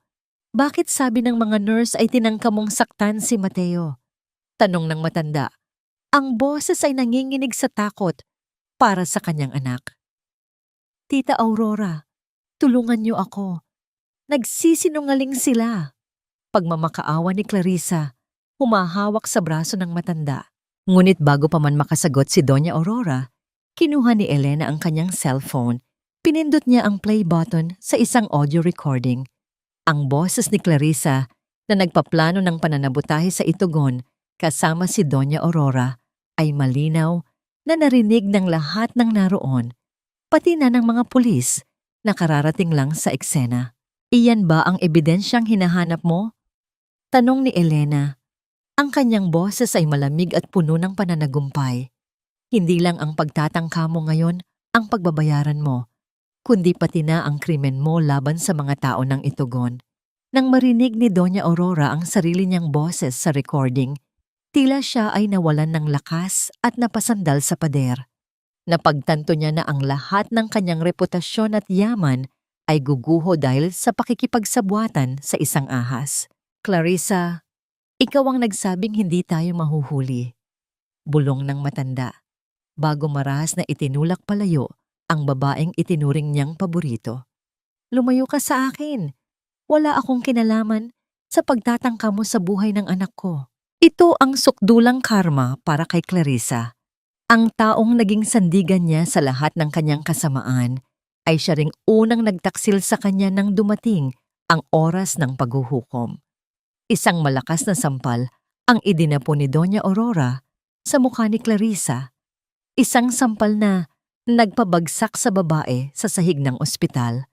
Dahan-dahang nilapitan ng mga pulis si Clarissa at pinusasan ito. Habang kinakaladkad siya palayo, ang kanyang mga sigaw at pagmumura ay dahan-dahang naglaho sa dulo ng pasilyo. Naiwan si Elena at Doña Aurora sa gitna ng katahimikan. Ang matanda ay dahan-dahang lumuhod sa harap ni Elena. Ang kanyang mga luha ay pumatak sa malamig na sahig. Elena, patawarin mo ako. Nabulag ako ng pagmamahal sa maling tao. Hikbi ni Doña Aurora. Iligtas mo ang anak ko. Pakiusap. Tiningnan ni Elena ang matanda nang walang anumang emosyon. Ang buhay ni Mateo ay nasa kamay na ng Diyos at ng mga doktor. Ang tanging magagawa niyo ngayon ay ang tanggapin ang kahihinatnan ng inyong mga maling desisyon. Tinalikuran ni Elena ang matanda at muling bumalik sa tapat ng pinto ng ICU. Ay naganap nang lumabas ang doktor. Hinihingal, ngunit may munting ngiti sa mga labi. Stable na po siya, Mrs. Valeriano. Himala. Pero tila narinig niya ang boses niyo kaya bumalik ang kanyang malay. Gusto niya kayong makita. Pumasok si Elena sa loob. Doon, nakita niya si Mateo na dilat na ang mga mata, bagaman pagod na pagod. Ang lalaki ay dahan-dahang iniabot ang kanyang kamay. Elena, narinig ko ang lahat. Bulong ni Mateo. Ang kanyang boses ay tila isang marahang hanging nagdadala ng kapayapaan. Salamat sa pagligtas sa akin, hindi lang sa kamatayan, kundi pati na sa sarili kong kadiliman. Hinawakan ni Elena ang kamay ni Mateo ng mahigpit. Alam niya na ang sugat ng nakaraan ay hindi maghihilom sa isang gabi, ngunit sa unang pagkakataon, ang amoy ng sampagwita sa silid ay hindi na amoy ng pait, kundi amoy ng isang bagong simula. Ang hustisya ay nakamit na at ang lupa ay tumigil na sa pagguho. Ang tanging natitira ay ang mahaba at dahan-dahang paglalakbay patungo sa pagpapatawad. Dito tayo nagsimula sa gitna ng kahihiyan, Mateo. At dito rin ba tayo magtatapos sa gitna ng katahimikan? Ang boses ni Elena ay tila isang marahang hanging umiihip sa loob ng malaki at lumang simbahan ng San Agustin. Nakatayo siya sa eksaktong lugar kung saan siya iniwan ni Mateo 2 taon na ang nakalipas, sa gitna ng mahabang aisle kung saan ang bawat disenyo ng mga upuang kahoy at ang bawat ukit sa pader ay tila may dalang alaala ng kanyang mga luha. Nakatayo sa kanyang likuran si Mateo. Dahan-dahang naglalakad gamit ang isang baston. Ang kanyang bawat hakbang ay may kasamang bahagyang pag-aray, isang paalala ng kanyang mga sugat mula sa bundok. Ngunit mas matindi ang kirot na nararamdaman niya sa kanyang dibdib habang pinagmamasdan ang likuran ng kanyang asawa. Ang bango ng mga kandilang tila bagong sindi at ang amoy ng lumang kahoy ay humahalo sa malamig na hangin sa loob ng katedral. Ang sikat ng araw na dumadaan sa mga stained glass na bintana ay nagbibigay ng makukulay na anino sa puting sahig na tila ba ang langit mismo ay sinusubukang lagyan ng kulay ang madilim na bahagi ng kanilang nakaraan. Elena, mahinang tawag ni Mateo. Ang kanyang boses ay nanginginig sa gitna ng naglalakihang mga pader ng simbahan. Tinitingnan ko ang altar na yon at ang tanging nakikita ko ay ang aking sarili na tumatalikod sa pinakamahalagang biyaya na ibinigay sa akin ng Diyos. Patawad. Patawad sa bawat segundong pinaluha kita rito. Dahan-dahang lumingon si Elena. Ang kanyang mga mata ay wala na ang lamig na tila yelo sa itugon, ngunit wala rin doon ang bulag na pagsambang dati ay ibinibigay niya sa lalaki. Ang kanyang mga mata ngayon ay puno ng karunungan at isang uri ng kapayapaan na tanging ang mga taong nakaligtas sa bagyo ang nagtataglay. Alam mo, Mateo, matagal ko nang itinapon ang galit ko sa basurahan sa labas ng simbahang ito. Bulong ni Elena habang dahan-dahang lumalapit sa asawa. Hindi dahil hindi ako nasaktan, kundi dahil napagtanto ko na ang pagkapit sa puot ay para ring pagpayag na manatili akong bilanggo ng nakaraan. Sa pagliligtas ko sa iyo sa bundok, hindi lang ikaw ang iniligtas ko. Iniligtas ko rin ang aking sarili mula sa pagiging biktima. Dahan-dahang inabot ni Mateo ang kamay ni Elena. Hindi para hilahin ito, kundi para lamang maramdaman ang init nito. Iniyuko ni Mateo ang kanyang ulo at ipinatong ang kanyang noo sa mga kamay ni Elena. Isang kilos ng pagsuko at pagkilala sa kapangyarihan ng babaeng minsan niyang minaliit. Hindi ko hihilingin na bumalik ka sa akin na parang walang nangyari. Bulong ni Mateo. Ang kanyang mga luha ay pumatak sa kamay ni Elena. Dahil ang dating Elena ay pinatay ko na sa aking katangahan. Gusto ko lang nabigyan mo ako ng pagkakataong makilala ang bagong Elena, ang expert V na nagturo sa akin kung paano maging tunay na lalaki. Gusto kong maging karapat-dapat na tumayo sa tabi mo, hindi bilang yung kolonel, kundi bilang yung katuwang sa buhay. Huminga ng malalim si Elena. Tumingala siya sa malaking krus sa harap ng altar. Naalala niya ang kanyang ina, ang kanyang mga hirap sa itugon, at ang bawat gabi ng kanyang pag-iisa. Ang tiwala ay parang kristal, Mateo. Kapag nabasag, maaari mong pagdikitin ang mga piraso, pero mananatili ang mga lamat, sagot ni Elena. Ang boses ay puno ng katotohanan. Ngunit ang mga lamat na yon ay paalala rin na tayo ay nakaligtas. Hindi kita maipapangako na bukas ay okay na ang lahat. Ang pagpapatawad ay isang mahabang proseso. Hihintayin ko, Elena. Kahit gaano katagal, pangako ni Mateo. Lumabas silang dalawa ng simbahan ng magkahawak kamay. Sa labas, ang ulan ay tumigil na at ang kalsada ay tuyo na rin mula sa baha. Ang hangin ay sariwa at ang mga tao sa paligid ay abala sa kanilang mga buhay. Walang alam sa malaking tagumpay na naganap sa loob ng katedral. Sumakay sila sa sasakyan, ngunit sa pagkakataong ito, si Elena ang humawak sa manibela. Si Mateo ay nakaupo sa tabi niya, kampante at masaya, na hayaan ang kanyang asawa na magmando sa kanilang tatahaking direksyon. Saan tayo pupunta? Tanong ni Mateo. Sa Itogon, sagot ni Elena, nang may munting nangiti. Marami pa tayong kailangang itayong muli. Marami pang sugat ang kailangang gamutin. Habang umaandar ang sasakyan palayo sa San Agustin, tila iniwan na nila ang lahat ng bigat ng nakaraan sa likod ng malalaking pinto ng simbahan. Ang tanong na naiiwan sa puso ng bawat isa ay, maari nga ba talagang magbunga ang pag-ibig sa lupang minsan nang nasalanta ng bagyo? Ang sikat ng araw ay unti-unting lumulubog sa abot tanaw, nagbibigay ng ginintuang liwanag sa kanilang daan patungo sa isang kinabukasang hindi na puno ng takot, kundi ng tapat na pag-asa. Hindi sapat ang isang taon para burahin ang lahat ng lamat ng nakaraan, ngunit sapat na ang 365 araw para makita ang pagsibol ng mga bagong dahon sa pusong minsan nang natuyo.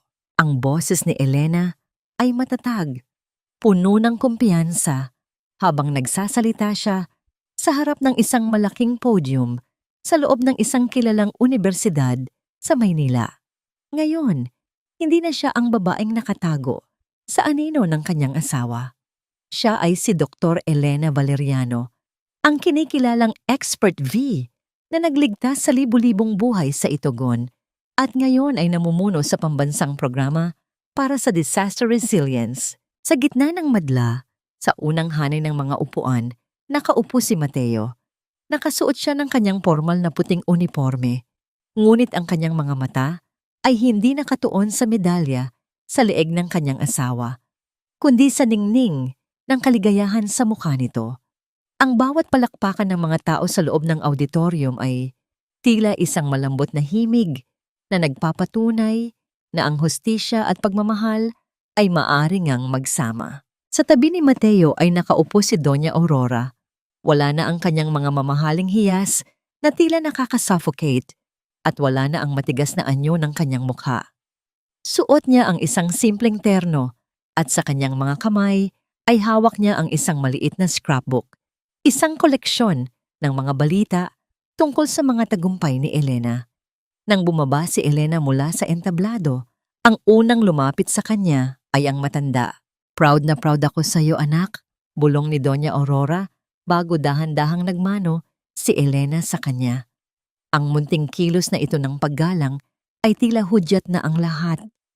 Nang pait ng nakaraan ay ganap, nang naibaon sa limot. Lumapit si Mateo at inabutan si Elena ng isang buke ng mga bulaklak ng pino at ligaw na rosas mula sa itugon. Hindi mamahaling mga bulaklak mula sa florist, kundi mga bulaklak na sumisimbolo sa lugar kung saan sila muling nabuo. "Congratulations, V!" sabi ni Mateo. Ang kanyang boses ay puno ng paghanga. "Handa na ang lahat sa bahay. Nagluto ako ng sinigang at siniguro kong tama ang asim nito, gaya ng itinuro mo sa akin." Ngumiti si Elena, isang nangiting kailanman ay hindi nakita ni Mateo noong sila ay nagsisimula pa lamang. "Salamat, Mateo. Pero alam mong hindi lang ang luto ang mahalaga, kundi ang taong kasama mong kumakain nito." Habang naglalakad sila palabas ng gusali, sinalubong sila ng sikat ng araw na tila isang mainit na yakap. Ang buhay ay hindi naging madali para sa kanila sa loob ng nakaraang taon. Maraming usap-usapan ang hinarap ni Mateo nang mapatunayang nakulong si Clarissa at nang malaman ng publiko ang katotohanan sa likod ng kanilang kasal. Ngunit sa bawat pagsubok, si Elena ang naging sandigan ni Mateo at si Mateo ang naging proteksyon ni Elena. Alam mo, simula ni Mateo habang naglalakad sila sa parke.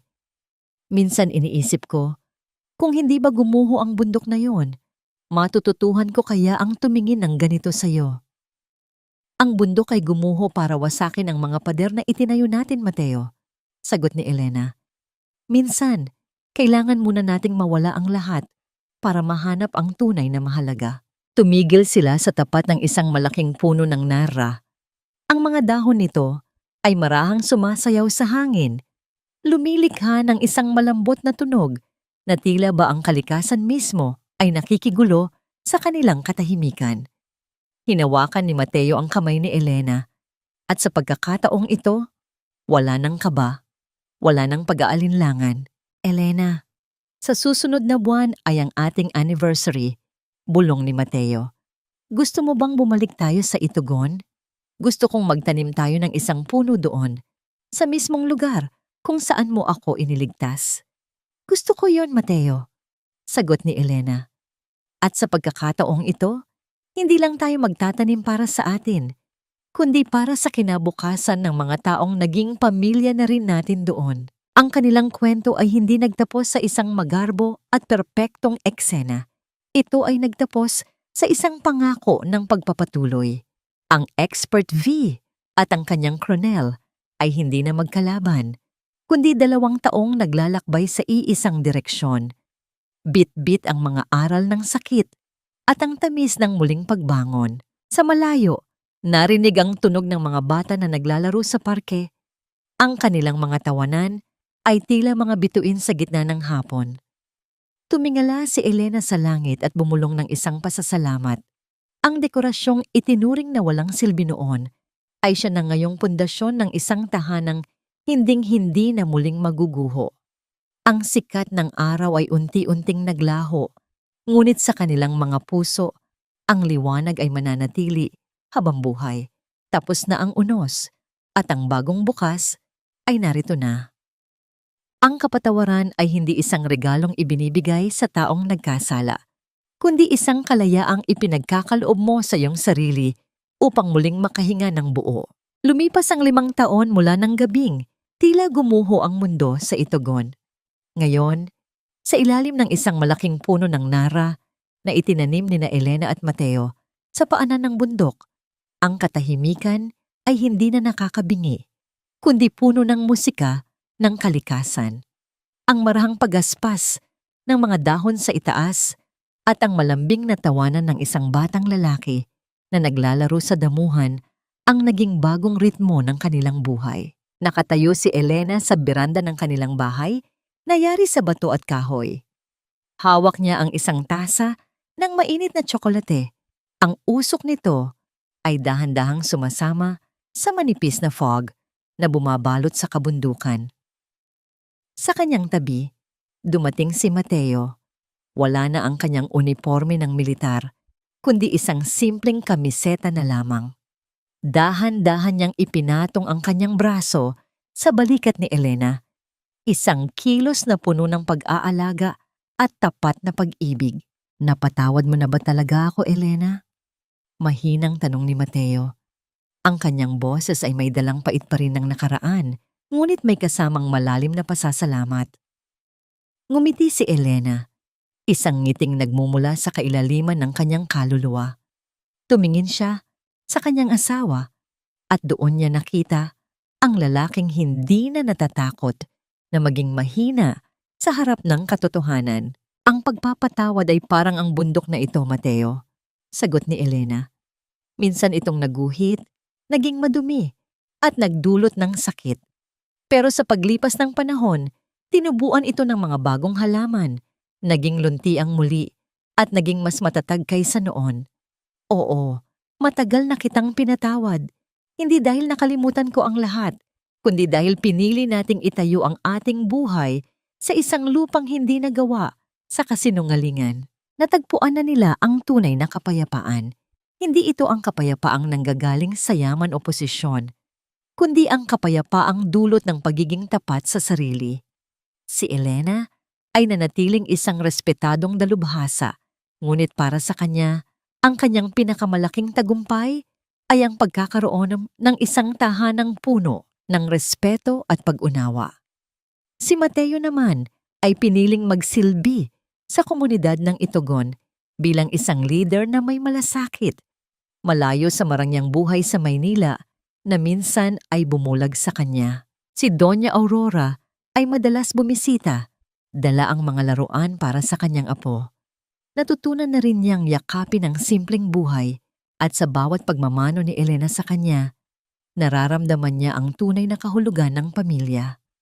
Samantala, si Clarissa ay nananatili sa likod ng mga rehas, isang buhay na paalala na ang bawat lason na ibinabato natin sa kapwa ay babalik at babalik sa atin sa huli. Ang aral na iniwan ng kanilang kwento ay malinaw. Ang bawat babae ay hindi isang marupok na dekorasyon na pwedeng iwan o itapon kapag hindi na kailangan. Ang bawat tao ay may kakayahang bumangon mula sa sarili niyang pagkakadapa at maging isang bundok na hindi kayang tibagin ng anumang unos. Ang pag-ibig ay hindi pagsuko ng iyong dangal, kundi ang paghahanap ng taong re-respeto sa iyong liwanag at tatanggap sa iyong dilim. Habang lumulubog ang araw sa likod ng mga bundok ng Benguet, nagbibigay ng kulay kahel at lilang liwanag sa langit, humawak ng mahigpit si Elena sa kamay ni Mateo. Tiningnan nila ang kanilang anak na tumatakbo patungo sa kanila. Dala ang isang maliit na ligaw na bulaklak. Mama! Papa! Tingnan nyo, ang ganda! Sigaw ng bata. Binuhat ni Mateo ang anak at hinalikan si Elena sa noo.